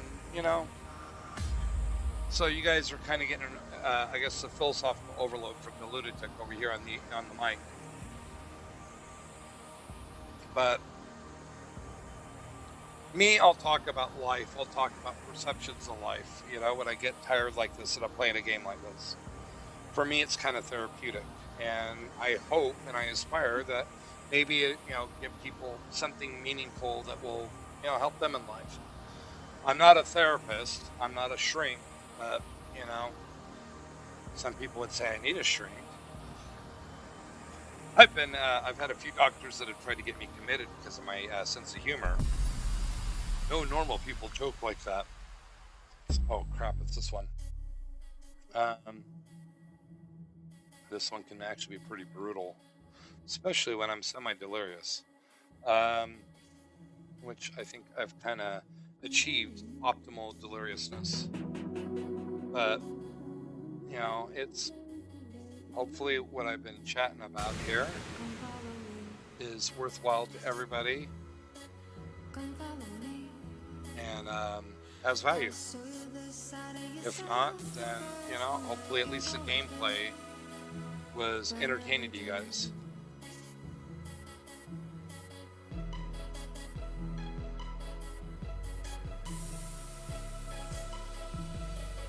What's funny with this too, I guess I should throw this out there. I've had a family member tell me I should have been a lawyer. And then I've had another family member that told me that I should have been a politician. And then I've had another family member tell me that I should have been a philosopher. And I kind of look at this and it's like, I think all of us are philosophers. I think all of us are professors in life. And I think all of us are attorneys you look, not like on a legal perspective, but if you look at this, you talk to people about your views and they have different views. If it's a constructive debate, conversation, I won't say debate because not all of them are debates, and they really, I think debate's kind of an ambiguous term. People can have multiple meanings for it, but if you got a perception in life and you have to defend your view on this to other people because their views don't coincide with yours, you are your own attorney in that respect. And it's something in this that I think we all are in our own respects masters of our own fate, and we are we are the foundations of what we need in life, and hopefully what those in our lives need. This will sound kind of funny with this. I had a friend that and my mom kind of reiterated this too. She said, a good friend isn't somebody that's in your life for your whole life. A good friend is basically an angel that you needed at the time. And, they could be in your life for 50 years, or they could be in your life for 15 minutes. But if they have a lasting impact on your life and a positive impact, and they've actually, I should say, steered your life through what they've shared or helped you with in a way that put you on a better path in life, then, that's a true friend, and a true friend is an angel in your life. And to me, that's what I aspire to be to all those that know me. And if I am or if I'm not, that's relative to what the person needs, and if I am that. And to me, if you're in my life enough, I tend to view you as family. And the funny part with this is, like, I've had, I'll kind of lay this out there. I've had two major events to me, have been really, really traumatic in the past since June. And I've talked to people about this, and it's like, I think they kind of shrug it off. And, it's, again, this is where I deal with things differently than other people. So my mom passed away in June, the end of June, and I don't know if I will entirely get over that. Partially because of the fact that I don't have a big family. But, and I just, those that I do have, in this sense, I really, really appreciate what Eastern Europe has shown to me. And I deeply, deeply value the family that I have and the friends that I have, because that is my family as well. Losing her was basically like losing a part of myself in that respect. And, I guess in that sense, you guys are kind of being my guinea pigs for that, because I used to openly talk to her all night long. And not like every night, but, she's one of the few people I could openly express my thoughts and my feelings with for like 12 hours if I really needed to. And she, we didn't, a lot of times we didn't see eye to eye. But I knew that, she, most of the time she didn't have an ulterior agenda with this. And she spoke from the heart. And Richard's the same way. Mika tries with me, and, he doesn't have the tact of Richard or the guile of my mom. And, but that's pretty much all the really inner family that I have. And, that's been one respect to this that's been really hard, was losing her. And the other thing that was hard too was one of my best friends, and I'm really, really screwing up in this now, but one of my best friends of over 20 years, our friendship ended. And, it's something that I, based on what I've seen, she's just kind of moved on and forgotten about it. I'm still having a hard time with it, because I know that the friendship was really, really one-sided. I can see that now. But again, I get emotionally invested, and it's hard for me just to write it off. That's just how I'm built, And so yeah, I'm gonna be. It haunts me in a lot of respects, because, just because of who I am, I don't look at what she did wrong, but what could I have done to make it work that it worked. And one of the lessons I've been having to learn in this is sometimes there's nothing you can do. It is what it is. And I don't like that. I have too much faith in people. I have too much faith in humanity. And I like to believe that, where there's a will, there's a way, else I shall make one. But this is kind of one of those things where I don't know. I don't know if there is a way that you can fix things like that, Right now, if she wanted to be friends and go back to what we were, I couldn't do that. Because there's been a level of damage in this that I've seen that's been to me that I can't, I can't condone. I love myself too much as a person and for who I am to just, let me just go back and do it, do what I view as an abusive relationship. And, it's one of those things where, based on conversations her and I have had, she didn't see it that way. But, the thing that really, really shed a light on this is when my mom passed away, she chose the time that we were going to talk. Well, talk to me about it. It's like, it doesn't work that way. You got to give a person time and let them come to you. And then when I did try to come to her, she wanted to compete with her divorce over my loss. And it's something that, it's like I just lost one of the closest people in my life, and somebody that was a bedrock whenever my world came crashing down, that I knew I could go to as a child and as an adult. And no matter how much I screwed up in life, she was always there.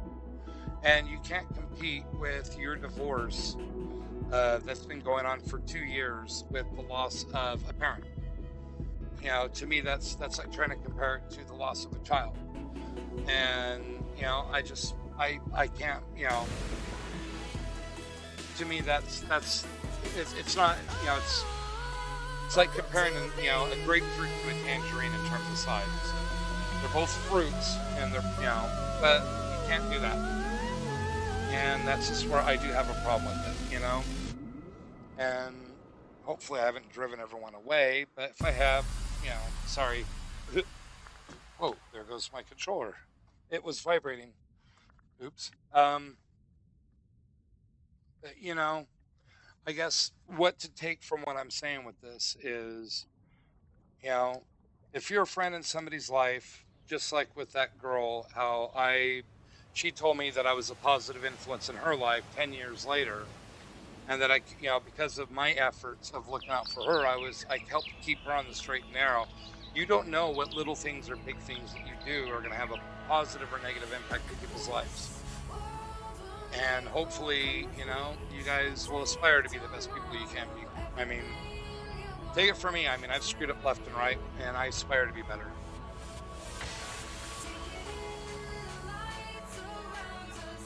And I guess I should have put a disclaimer in here. Draven goes on rants, personal rants during Tetris.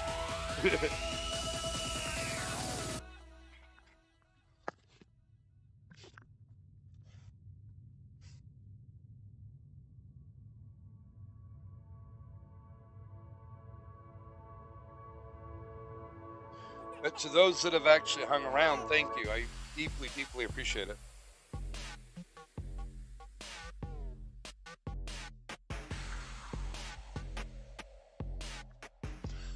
One of the things I thought was kind of funny, and I'll mention this, when I mentioned about, quote, saving the world with, the climate change and all that. I love to read on what's going on in technology.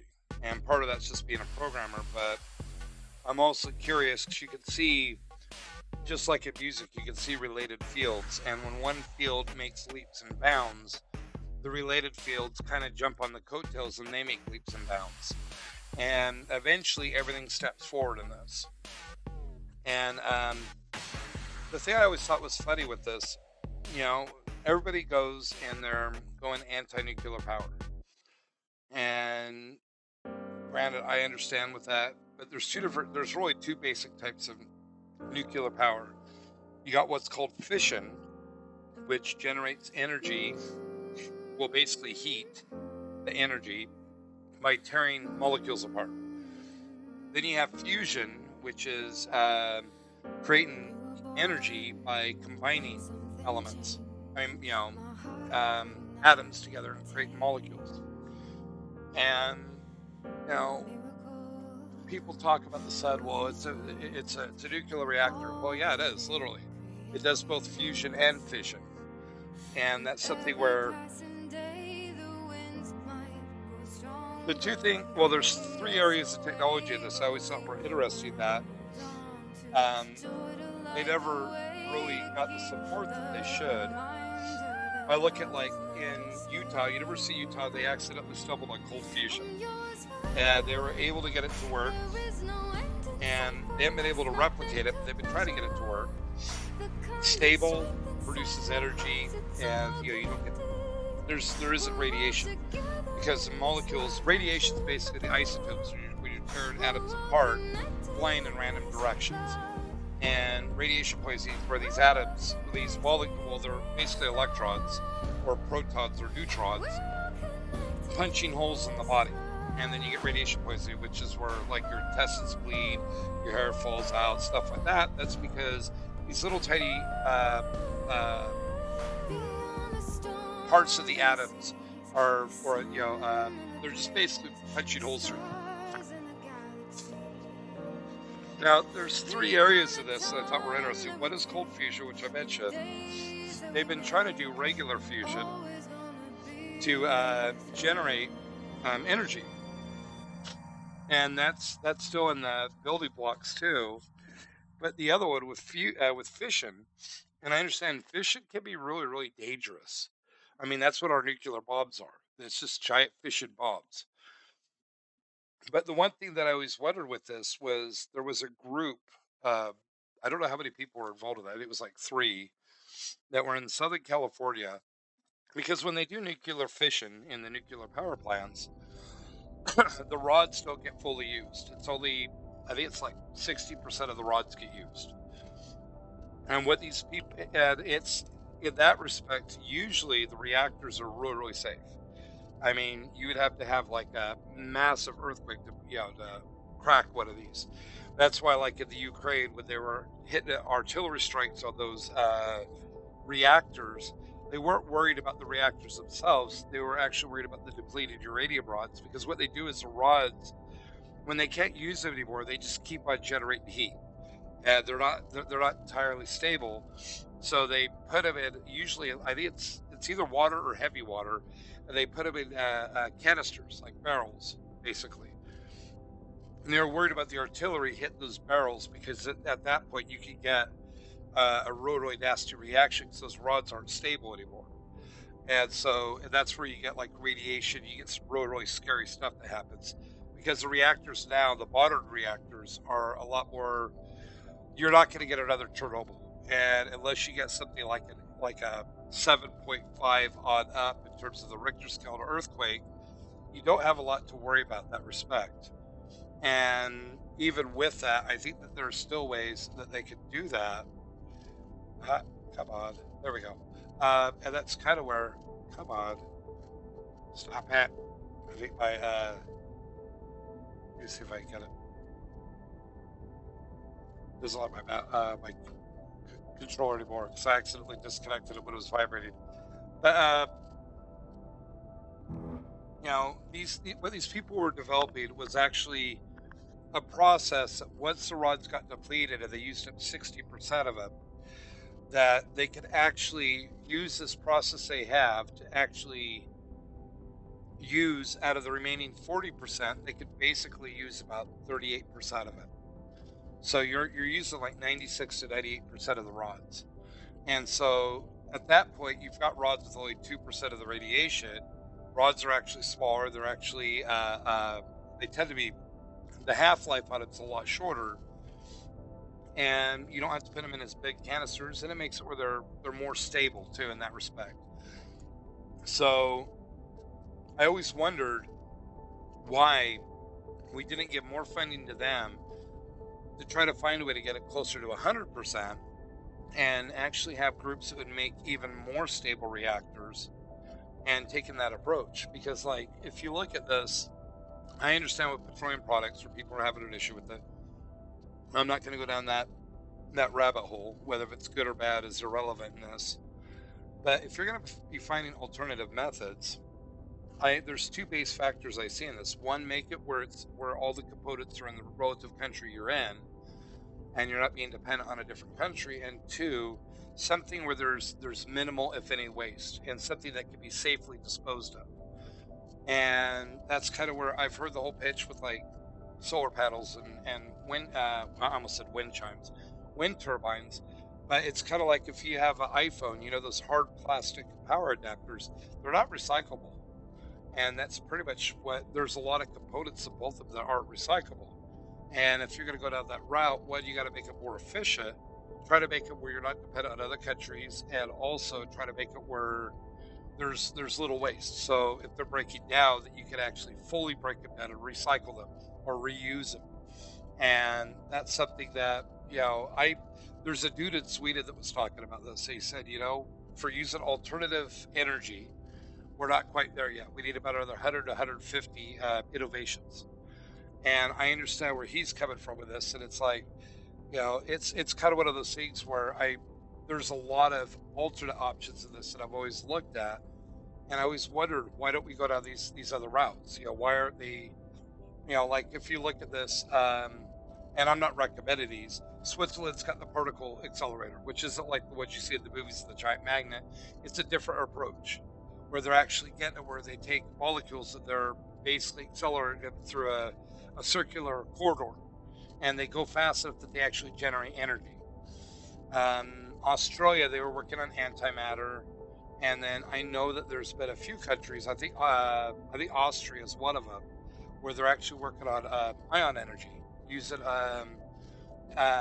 electronic charge, and then if you use a railgun I know that from what I was reading with the Japanese, with their innovations of the railgun, that they were actually they were developing that to actually be self-sustaining energy-wise. And it's like, you could take it away from being a weapon and use that same base technology to actually possibly make something that can generate electricity. And then through that, you've got a power source. I mean, there's a lot of options in this. And all it runs on is capacitors, which basically have transformers in them, and magnets, which ironically transformers are just magnets and copper for the most part. There's other stuff in it, but that's pretty much all it is. And that's kind of where I've always wondered why we didn't explore these avenues. And it looks like I may actually jump into a different game for about an hour. So what we're gonna do is we're gonna kill this, and I am gonna jump into something else just for kicks and giggles. Just because I've been on for a while, but I'll play for another maybe half hour or so. Um, Half hour, 45 minutes. So we will not do that one. Let's see. You know what? I'm gonna try something just to be abusive because it's something that I haven't played in a while. I could play a couple matches of this, and I think I don't play the best in it when I'm tired, but I think people would appreciate it. So what we are going to do is we're going to play some World of Warships, and I'll probably just play like maybe 2, 3 matches, and then I gotta really get back to work. I'll play till probably about oh, I don't know, maybe it's quarter to 8 my time, so maybe like 8:39, right around there, and then actually I guess I should check. Let me check that real quick. Let me check my calendar, my schedule for work. Shoot. I'll play till either 8:30 or 8:45 that I got to skeet out and go back to work. I got a lot of stuff I got to get done, and I wasn't planning on being on for this long, but kind of feel a need to play a couple matches. So we'll see how it is on there. Mika's told me horror stories, but again, him and Tanks and we don't coincide in terms of skill sets, and it's kind of the same thing with Warships. So we'll play a couple matches of this, and hopefully you guys will have fun watching. I'm still gonna go off on rants just because I'm stimulated. I want to keep myself stimulated to kind of my I don't know for the next, with the exception of a nap that I'll probably take around noon. My workload's like through the roof, so I got to get a bunch of stuff done around 9, and then I got to start downloading a bunch of stuff to set up. I'm going to be setting up an operating system on a spare computer for a sandbox for work, and setting up some software for it. And so I need to see if I can find a jump drive that I have around here somewhere. I think I know where they're at, in one or two places, and then start going through that process at 11. So, oh wait, is it 11 or is it 11 his time? I don't know. I'll probably have to go start working on that stuff, but I'm not gonna worry about that. Let's see, armory. So, Dirt Dog, are you still there? Oh, cool. I got the tier 2.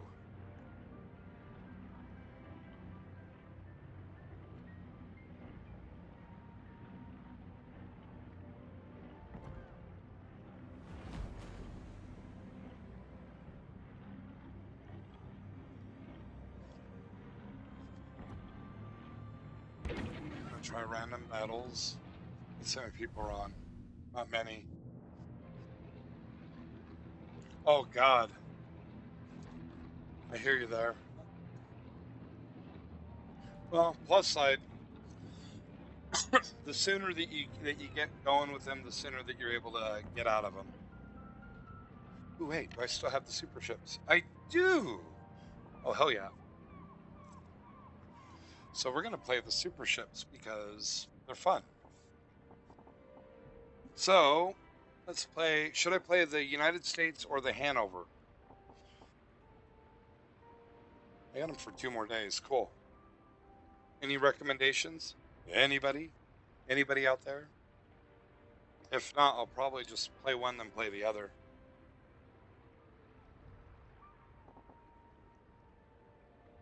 We'll play this monstrosity then, since nobody's gonna give me an answer. Not that I'm like upset or anything, because I mean, I figured I've only got a handful of people watching, which is again, that's totally cool with me. I understand.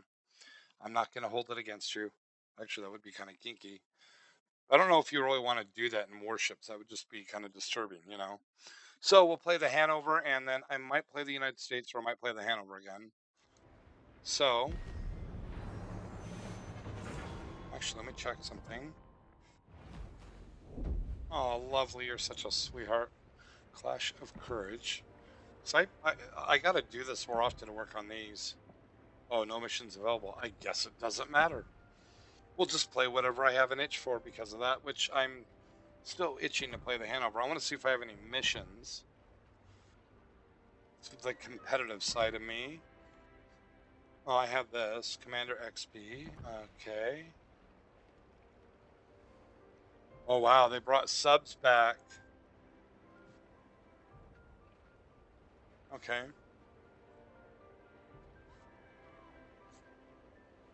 So we'll just do the Hanover. We'll have fun. Kick the crap out of things. We shall contemplate the meaning of life.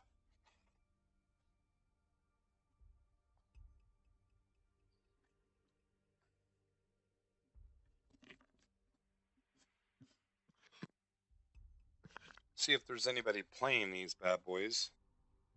Jeez, I may actually have to play them in co-op. Which would kind of suck, but... Or it may actually... I think that matchmaker, they're going to be like, nope, nope, nope, we got to have one other ship just like yours. If I did carriers, I probably wouldn't be able to get a drop. God, look at that. 11 people. 15, 17. I'll wait for a couple minutes. If it doesn't drop me, then I'll probably kick out and just do a couple co-ops in this, or maybe I'll do the... I've been having fun with the Schlieffen. I might do that. I should probably do the De Grosse so I can get the new Tier 10 battleship for the Germans, which I can't think of what it's called. Starts with a P, I think. The Peckerhead. I don't remember. The Prussian. That's what it is. The Prussian, I think. I got to do it for that one, and I got to work on I got to buy the Tashkent back and start working on that again. Actually, I think I might have the Tashkent. Yeah, I may have bought it back. I got to start working on those or using my free XP just to push through them. But they've made them. It's funny because destroyers used to be cheap, experience wise. I mean, like, I think it was like 100, 150,000, 160, right around there. Yeah, I think it was actually cheaper at that than at one point, like 120, 130. And then they got it up to like 160, 170. And I think the Delny in this is like over 200. And it's like, I remember that the ones that that stuck in my head were the aircraft carriers because they were like 240,000. And I think battleships were like 200 the last time I pushed one through, which was the Italian battleships. I was like, God, that's a lot. Now you look at it and it's like, oh, well, now you've got to like practically sell your soul in order to go up the food chain. And it's like, dudes, that's just it's insane. You shouldn't have to grind half your life away just to get up to tier 10 now. And I know that the main approach, people don't like grinding, so it's like, well, give us money. You can convert your ship XP to free XP, and then you can get the tier 10. And it's like, that's I understand it. I understand the business model, but it's kind of like, I think it kind of sucks. Yeah, the Prussian.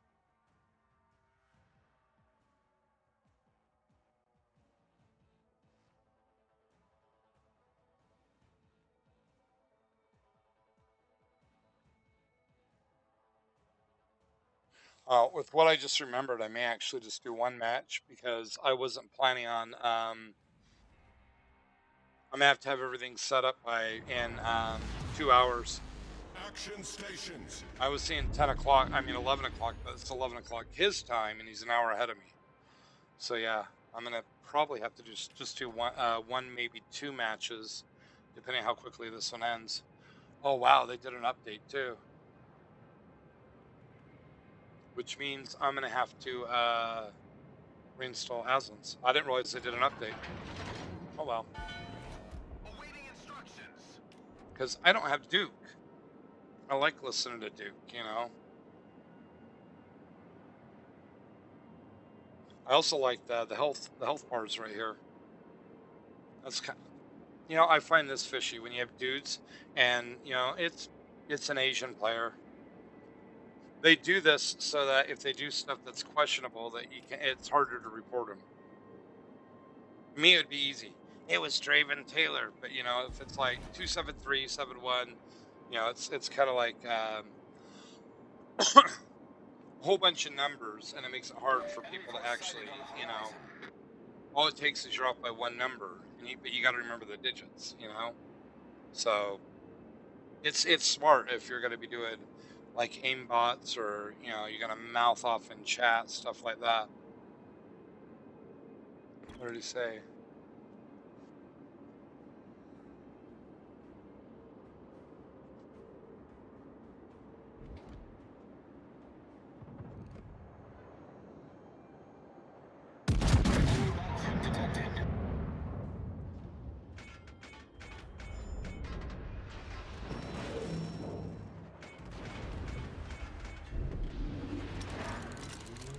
Wow, I got a ricochet. Woohoo! I figure I may as well shoot because they could see me, and I'm not going to be able to hide where I'm at.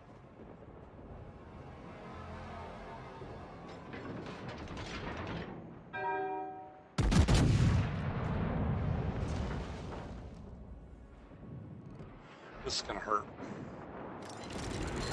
But I hurt the Holland. Yeah, I'm getting flapped pretty good. The Holland, I mean the Hanover, if he's doing what I expect him to, he's going to be going slow. Enemy cruiser sighted.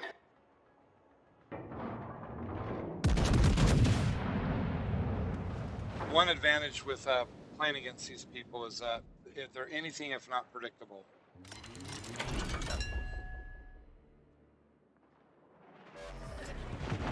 Funny how they're able to just pinpoint me like that. That's usually the complaint when you're playing late at night like this, is that you get a lot of people outside of the US that play, and because the latency is so bad, and I talked to a couple people that I know with this, and the general response with this is, well, they want to play on the US server, but the latency is bad enough that's for, like, you know, the aim bots. That's their reasoning. It helps them out. So for them, that's kind of the justification for using it. And for me, it's like, well, you kind of make it where nobody here wants to play them, you know?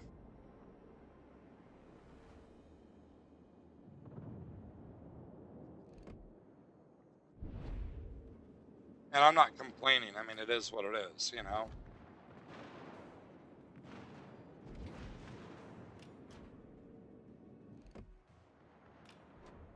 Enemy cruiser sighted.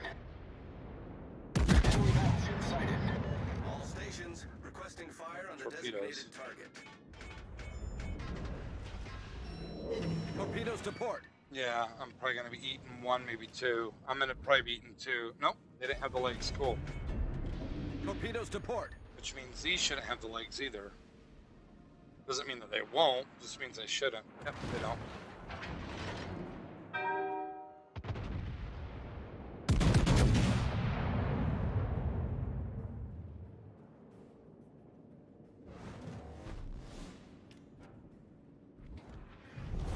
Our team has taken the lead.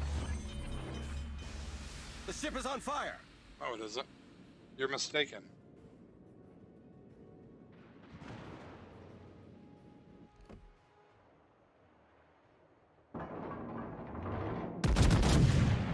Problem solved, sir.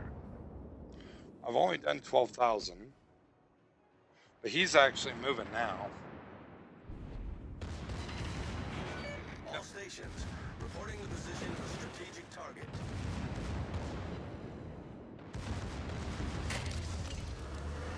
Enemy destroyer detected.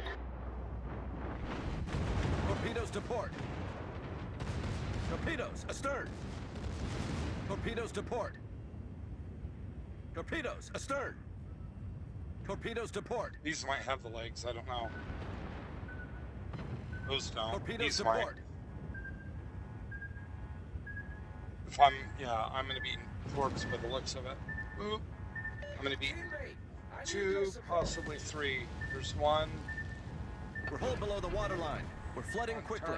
Turn. Move that big ass. Okay. So I got a flood. So we're getting a swimming pool.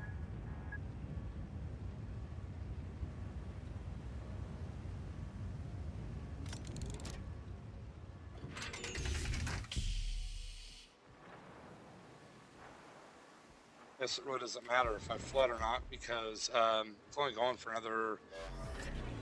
It's done.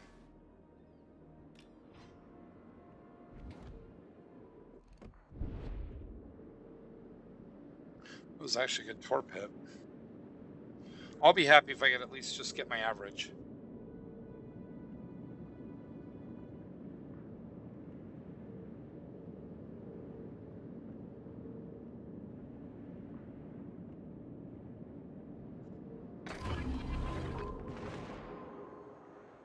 Enemy battleship sighted.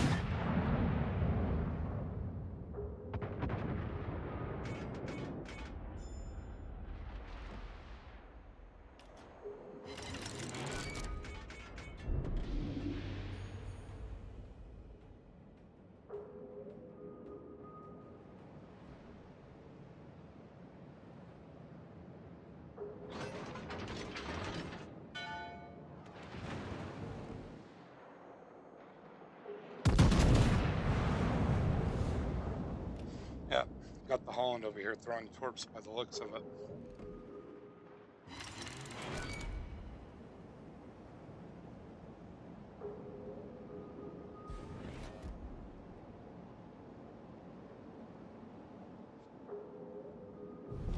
Our team has taken the lead.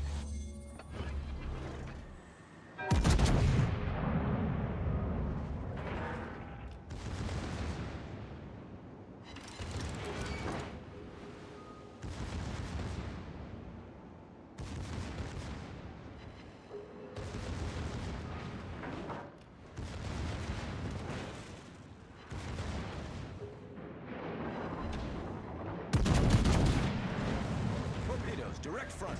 Oh, I'm eating torps. Torpedoes dead ahead.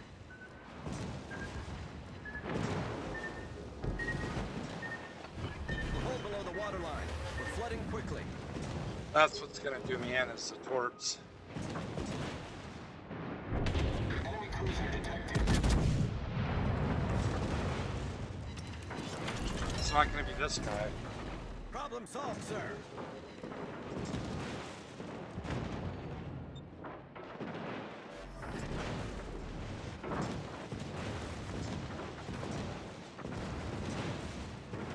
The ship is on fire. Oh my, this point, I've eaten so many torps. Yeah. Unfortunately, the torps are what kind of did me in there. Okay, take care, Dirt Dog.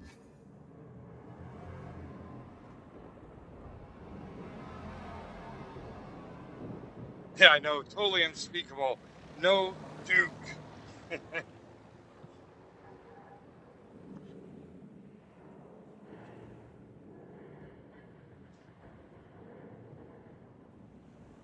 Well, I got over the century mark in damage. He's still eating fires. Oh, still worth it though.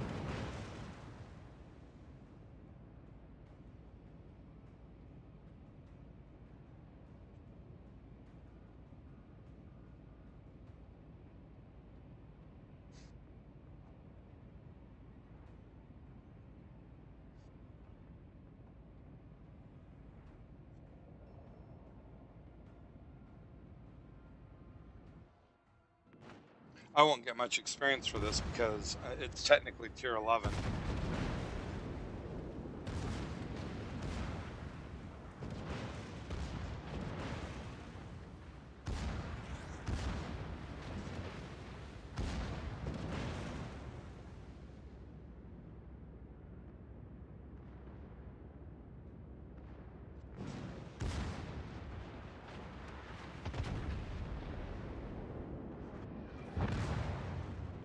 Yep. We won though. Woohoo!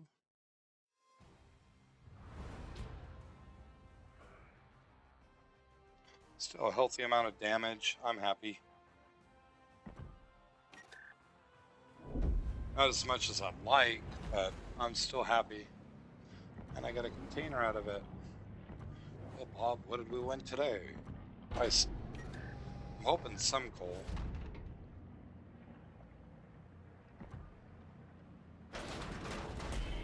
I got a decent chunk.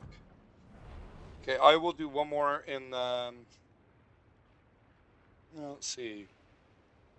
I'll do one more in the Hanover just for kicks and giggles.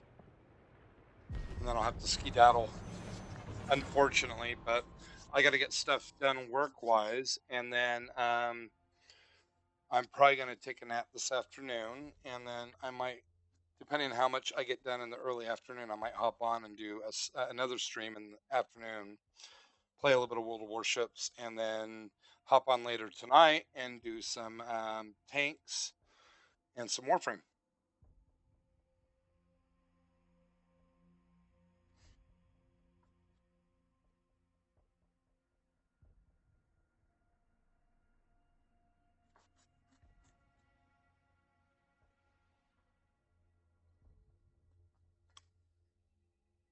But the funny part with this is, boy, was I itching to play. Just come on and play a couple games of something. I don't know if you guys are that way, but I had an itch to do something, and I think it was just you get enough work going on that you need a release, and that's what was good to be able to hop on here. I know I kind of went on a really huge rant in Tetris, and sorry about that if you guys don't like that. Um, this I'm actually wondering. Let's try something. I will do something here just to be naughty. So I'm gonna have to kill the game, and I will show you guys. Noink. Yes, exit game. I'll do one more match, but what we're gonna do, because I like to actually have the proper experience. And yes, this mod is approved by World of Warships. Otherwise, I wouldn't be streaming it for the past 6 years, 7 years. They would have actually neutered me. Because when I started the stream, people were jumping on, "Hey, you can't be using mods," and it's like, it's an approved mod, It's not aimbot; it's more aesthetics. The problem with this though is you use mods enough that you get so used to them that it's hard to use something else. And I don't like the base layout of the game. I like it with these added goodies.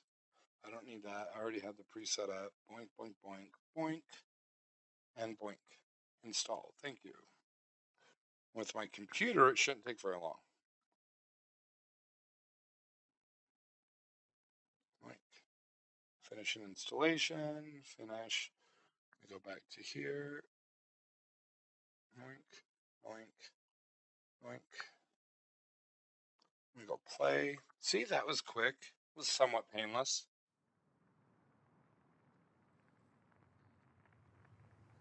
Funny, the mod's so fast, but the game takes a while to load. And yes, I have the update of Doom for Windows lurking in the background. Almost like Emperor Palpatine sitting there with the update. Do it. Do it now. And it's like, no, I don't want to do it. Do it. Bow to the dark side of Windows. No, I don't want to do it. And it's like, well, eventually it's going to sit there and say, hey, stupid, you got to install this. Otherwise, we're going to start throttling your computer. And it's like, okay, fine. We'll do it. But right now I can't do it. I got too much stuff that I'm trying to get done and trying to, whoops, let me disconnect this. Trying to do what's it called?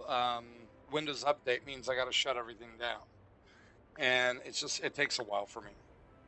So I gotta say, lovingly, I decline for today. Maybe tomorrow. Anyways, we are back. We are going to do the Hanover.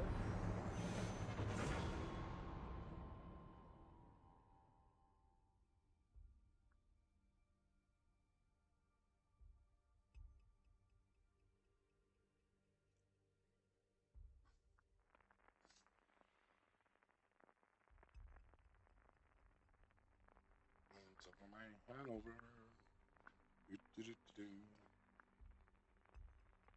I wonder where they get some of these names. Because I know the Hanover, the DeGrosse, the Kurfürst, the Schlieffen, and the Tier 9 and the actual ships, from what I understand, they didn't have names.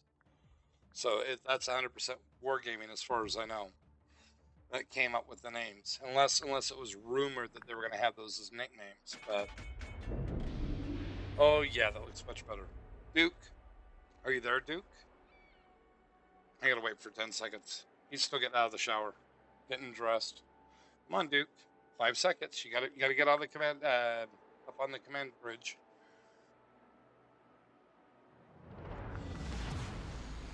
It's time to kick ass and chew bubble gum, and I am all out of gum. There's Duke. Yay!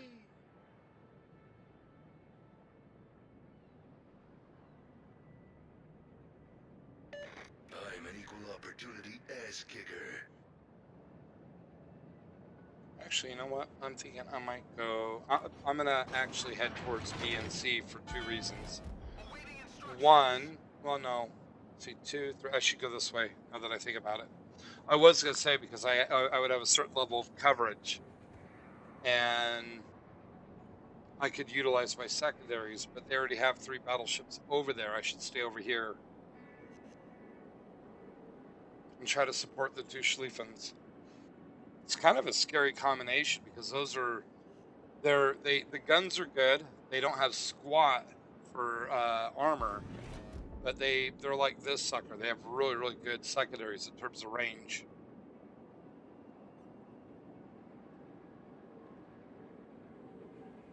So this actually should be a pretty good lineup, but I've got crap for concealment. See, I already have one person aiming at me.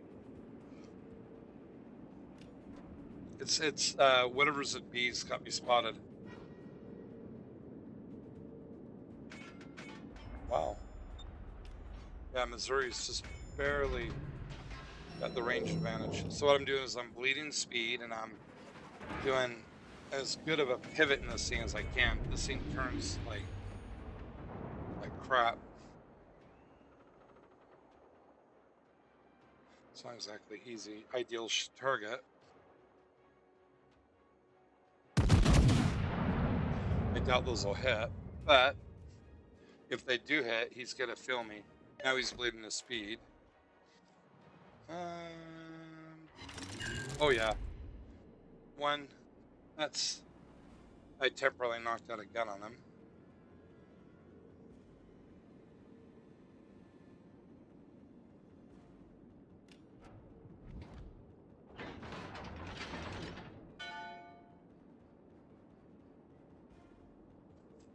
Unlike the Schlieffens, this thing should have a turtleback citadel armor.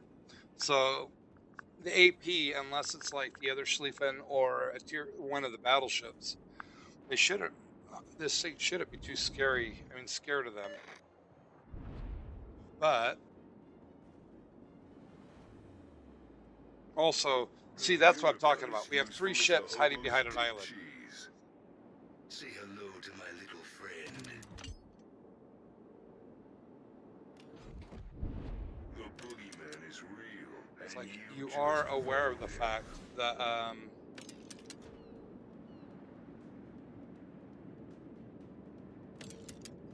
that should be the Venezia. Wow. 5 people aiming at me. That's almost half the team. Okay. That could have hurt worse. Okay. Minimal damage.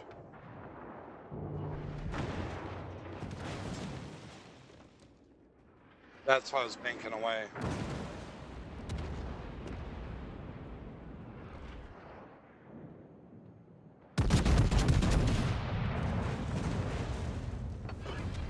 Suck it down. Damn. Need Desert some road, AP. no gas, and no chicks. Unlike these battleships, I can drill a destroyer at range.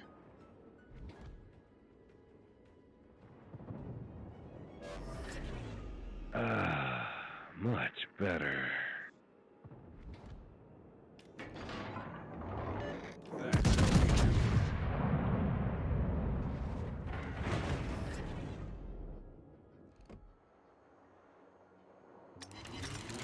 do Ooh, Kerr first. You want to keep on doing that exchange?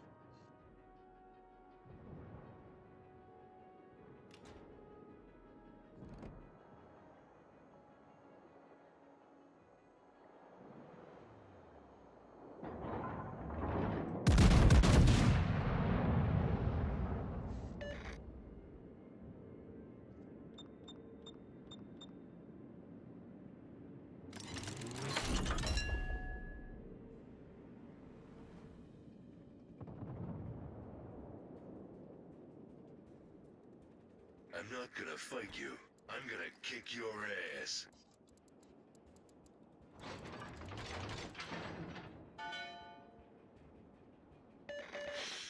Ew, something smells rotten around here.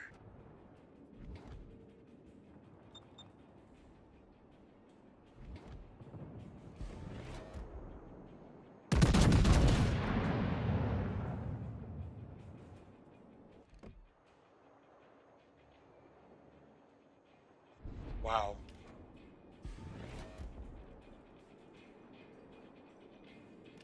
See, that's what they're doing. Look what they're doing to Schlieffen. They're just focusing him down, nuking him.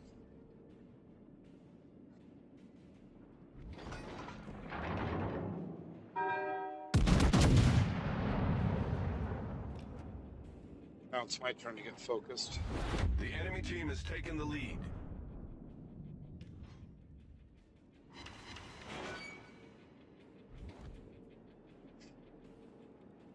I have no problems pushing up like this. It's a nice day to die. For you, that is. There's two ships in this that to me are the threat. That's the Tashkent and the Neptune.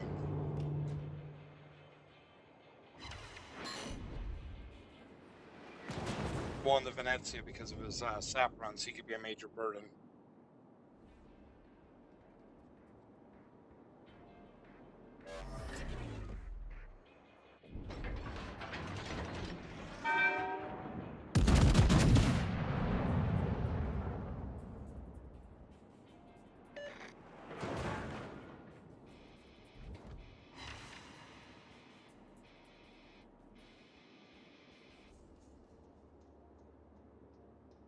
You've got a lot of guts.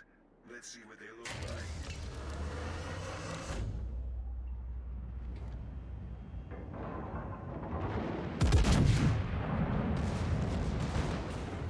The enemy team has taken the lead. Wow.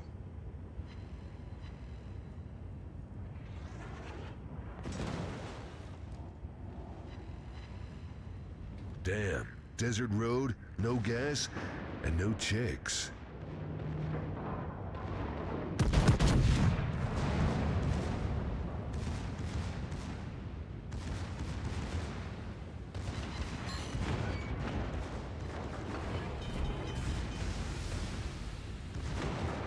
See, I'm getting focused down, but that's also because I'm pushing.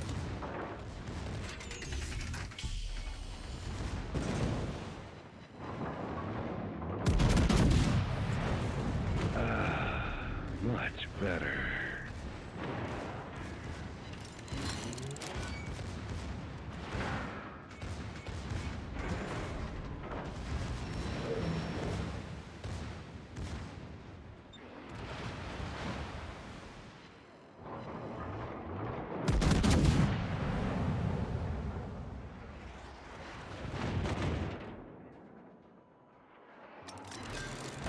Death by Citadel. Call me now for your free whipping.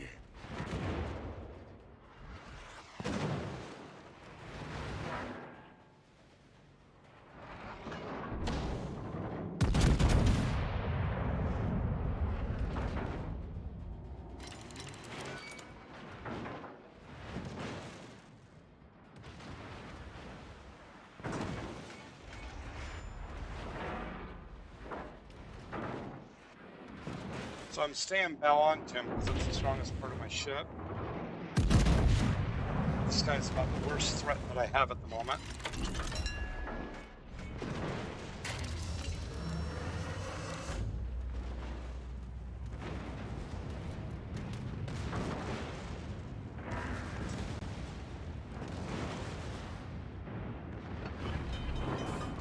Damn, desert road, no gas, and no chicks. He's got the health advantage on me too.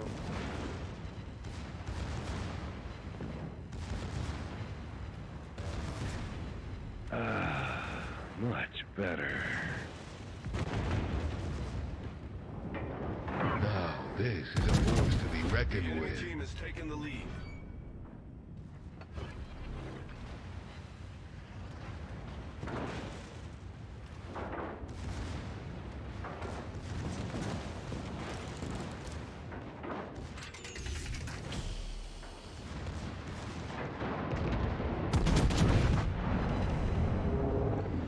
Oh, 147.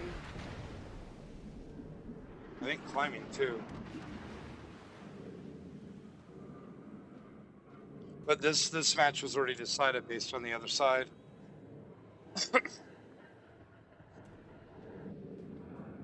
Kind of got steamrolled there.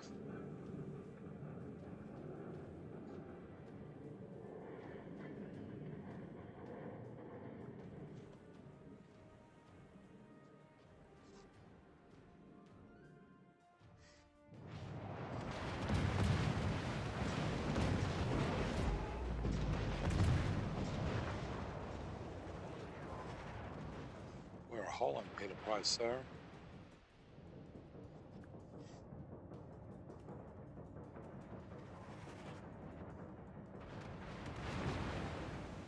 Wow. See, that's where it's questionable. Starts moving and he gets hit from a battleship from 20 kilometers out. Because that was 2 overpens. And at that range, battleships have got moderately... Well, they got the worst dispersion out of all the ships. It's kind of like the KV-2 in World of Tanks. It's, you know, with them moving, you know, it's just hard to hit a target. But, I mean, there's still somebody over there shooting at him. He shouldn't be detected. Holland's, if he's got it built right, his concealment 6.1. Unless there's the Missouri somewhere around here with radar, but that'd still be 9 kilometers and he'd see the Missouri.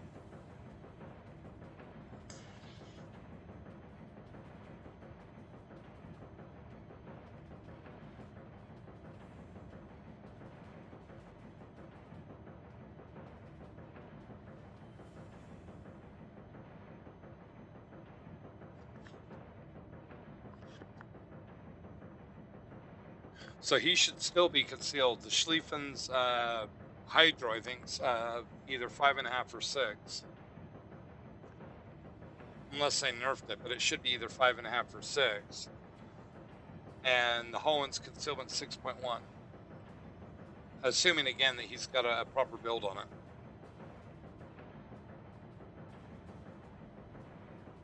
The only ship in this that he's screwed against is the Tashkent. He'd have to out-torp it because he doesn't have the health to brawl. The Yamato's, okay, never mind. And they shouldn't spot him unless it's AA shoots. And he's still going to be spotted. You just see the AA blooms and you get a guesstimate of like roughly what area he's in. Those are actually looking good. Schlieffen should be eating some of them, if not most of them. Looks like he ate about 4 of them.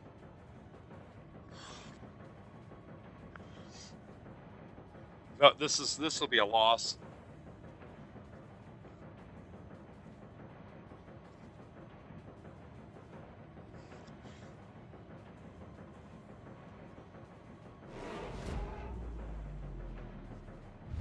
The enemy is about to win. See, when they get all 3 caps, or 3 points each every tick, which is 4 seconds. But I think, if I remember correctly, after you get, if you have all the caps, it actually chops the ticks by like a second.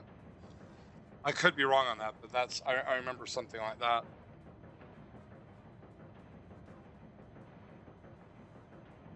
Let's see, is it +3 every 5 seconds? So I think it's every 4 once you have all 3 caps, if you have all 3 caps. But this is already over.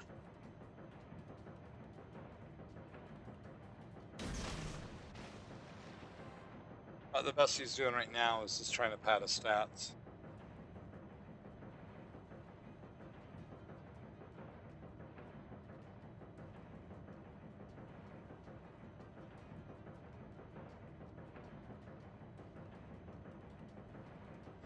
Interesting. A crowbar would come in handy right about now. I guess the Yamato. Well,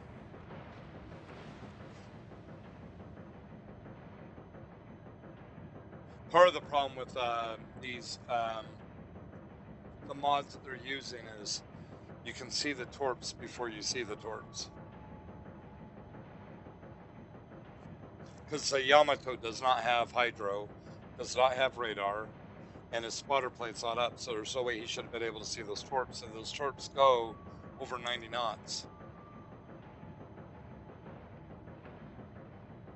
And it looked like, I'm gonna watch him. Looked like he started turning right after they fired. Either that or else the Holland just sucks with his torpedo launching, which is another possibility.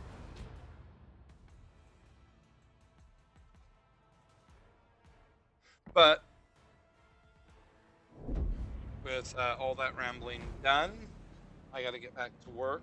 I'm going to try to get back on this afternoon. If not, I will definitely be out this evening, unless I fall asleep. But I'll make a point on doing at least tanks. I'm going to try to do some Warframe too. Thank you for watching, those that stuck around to watch.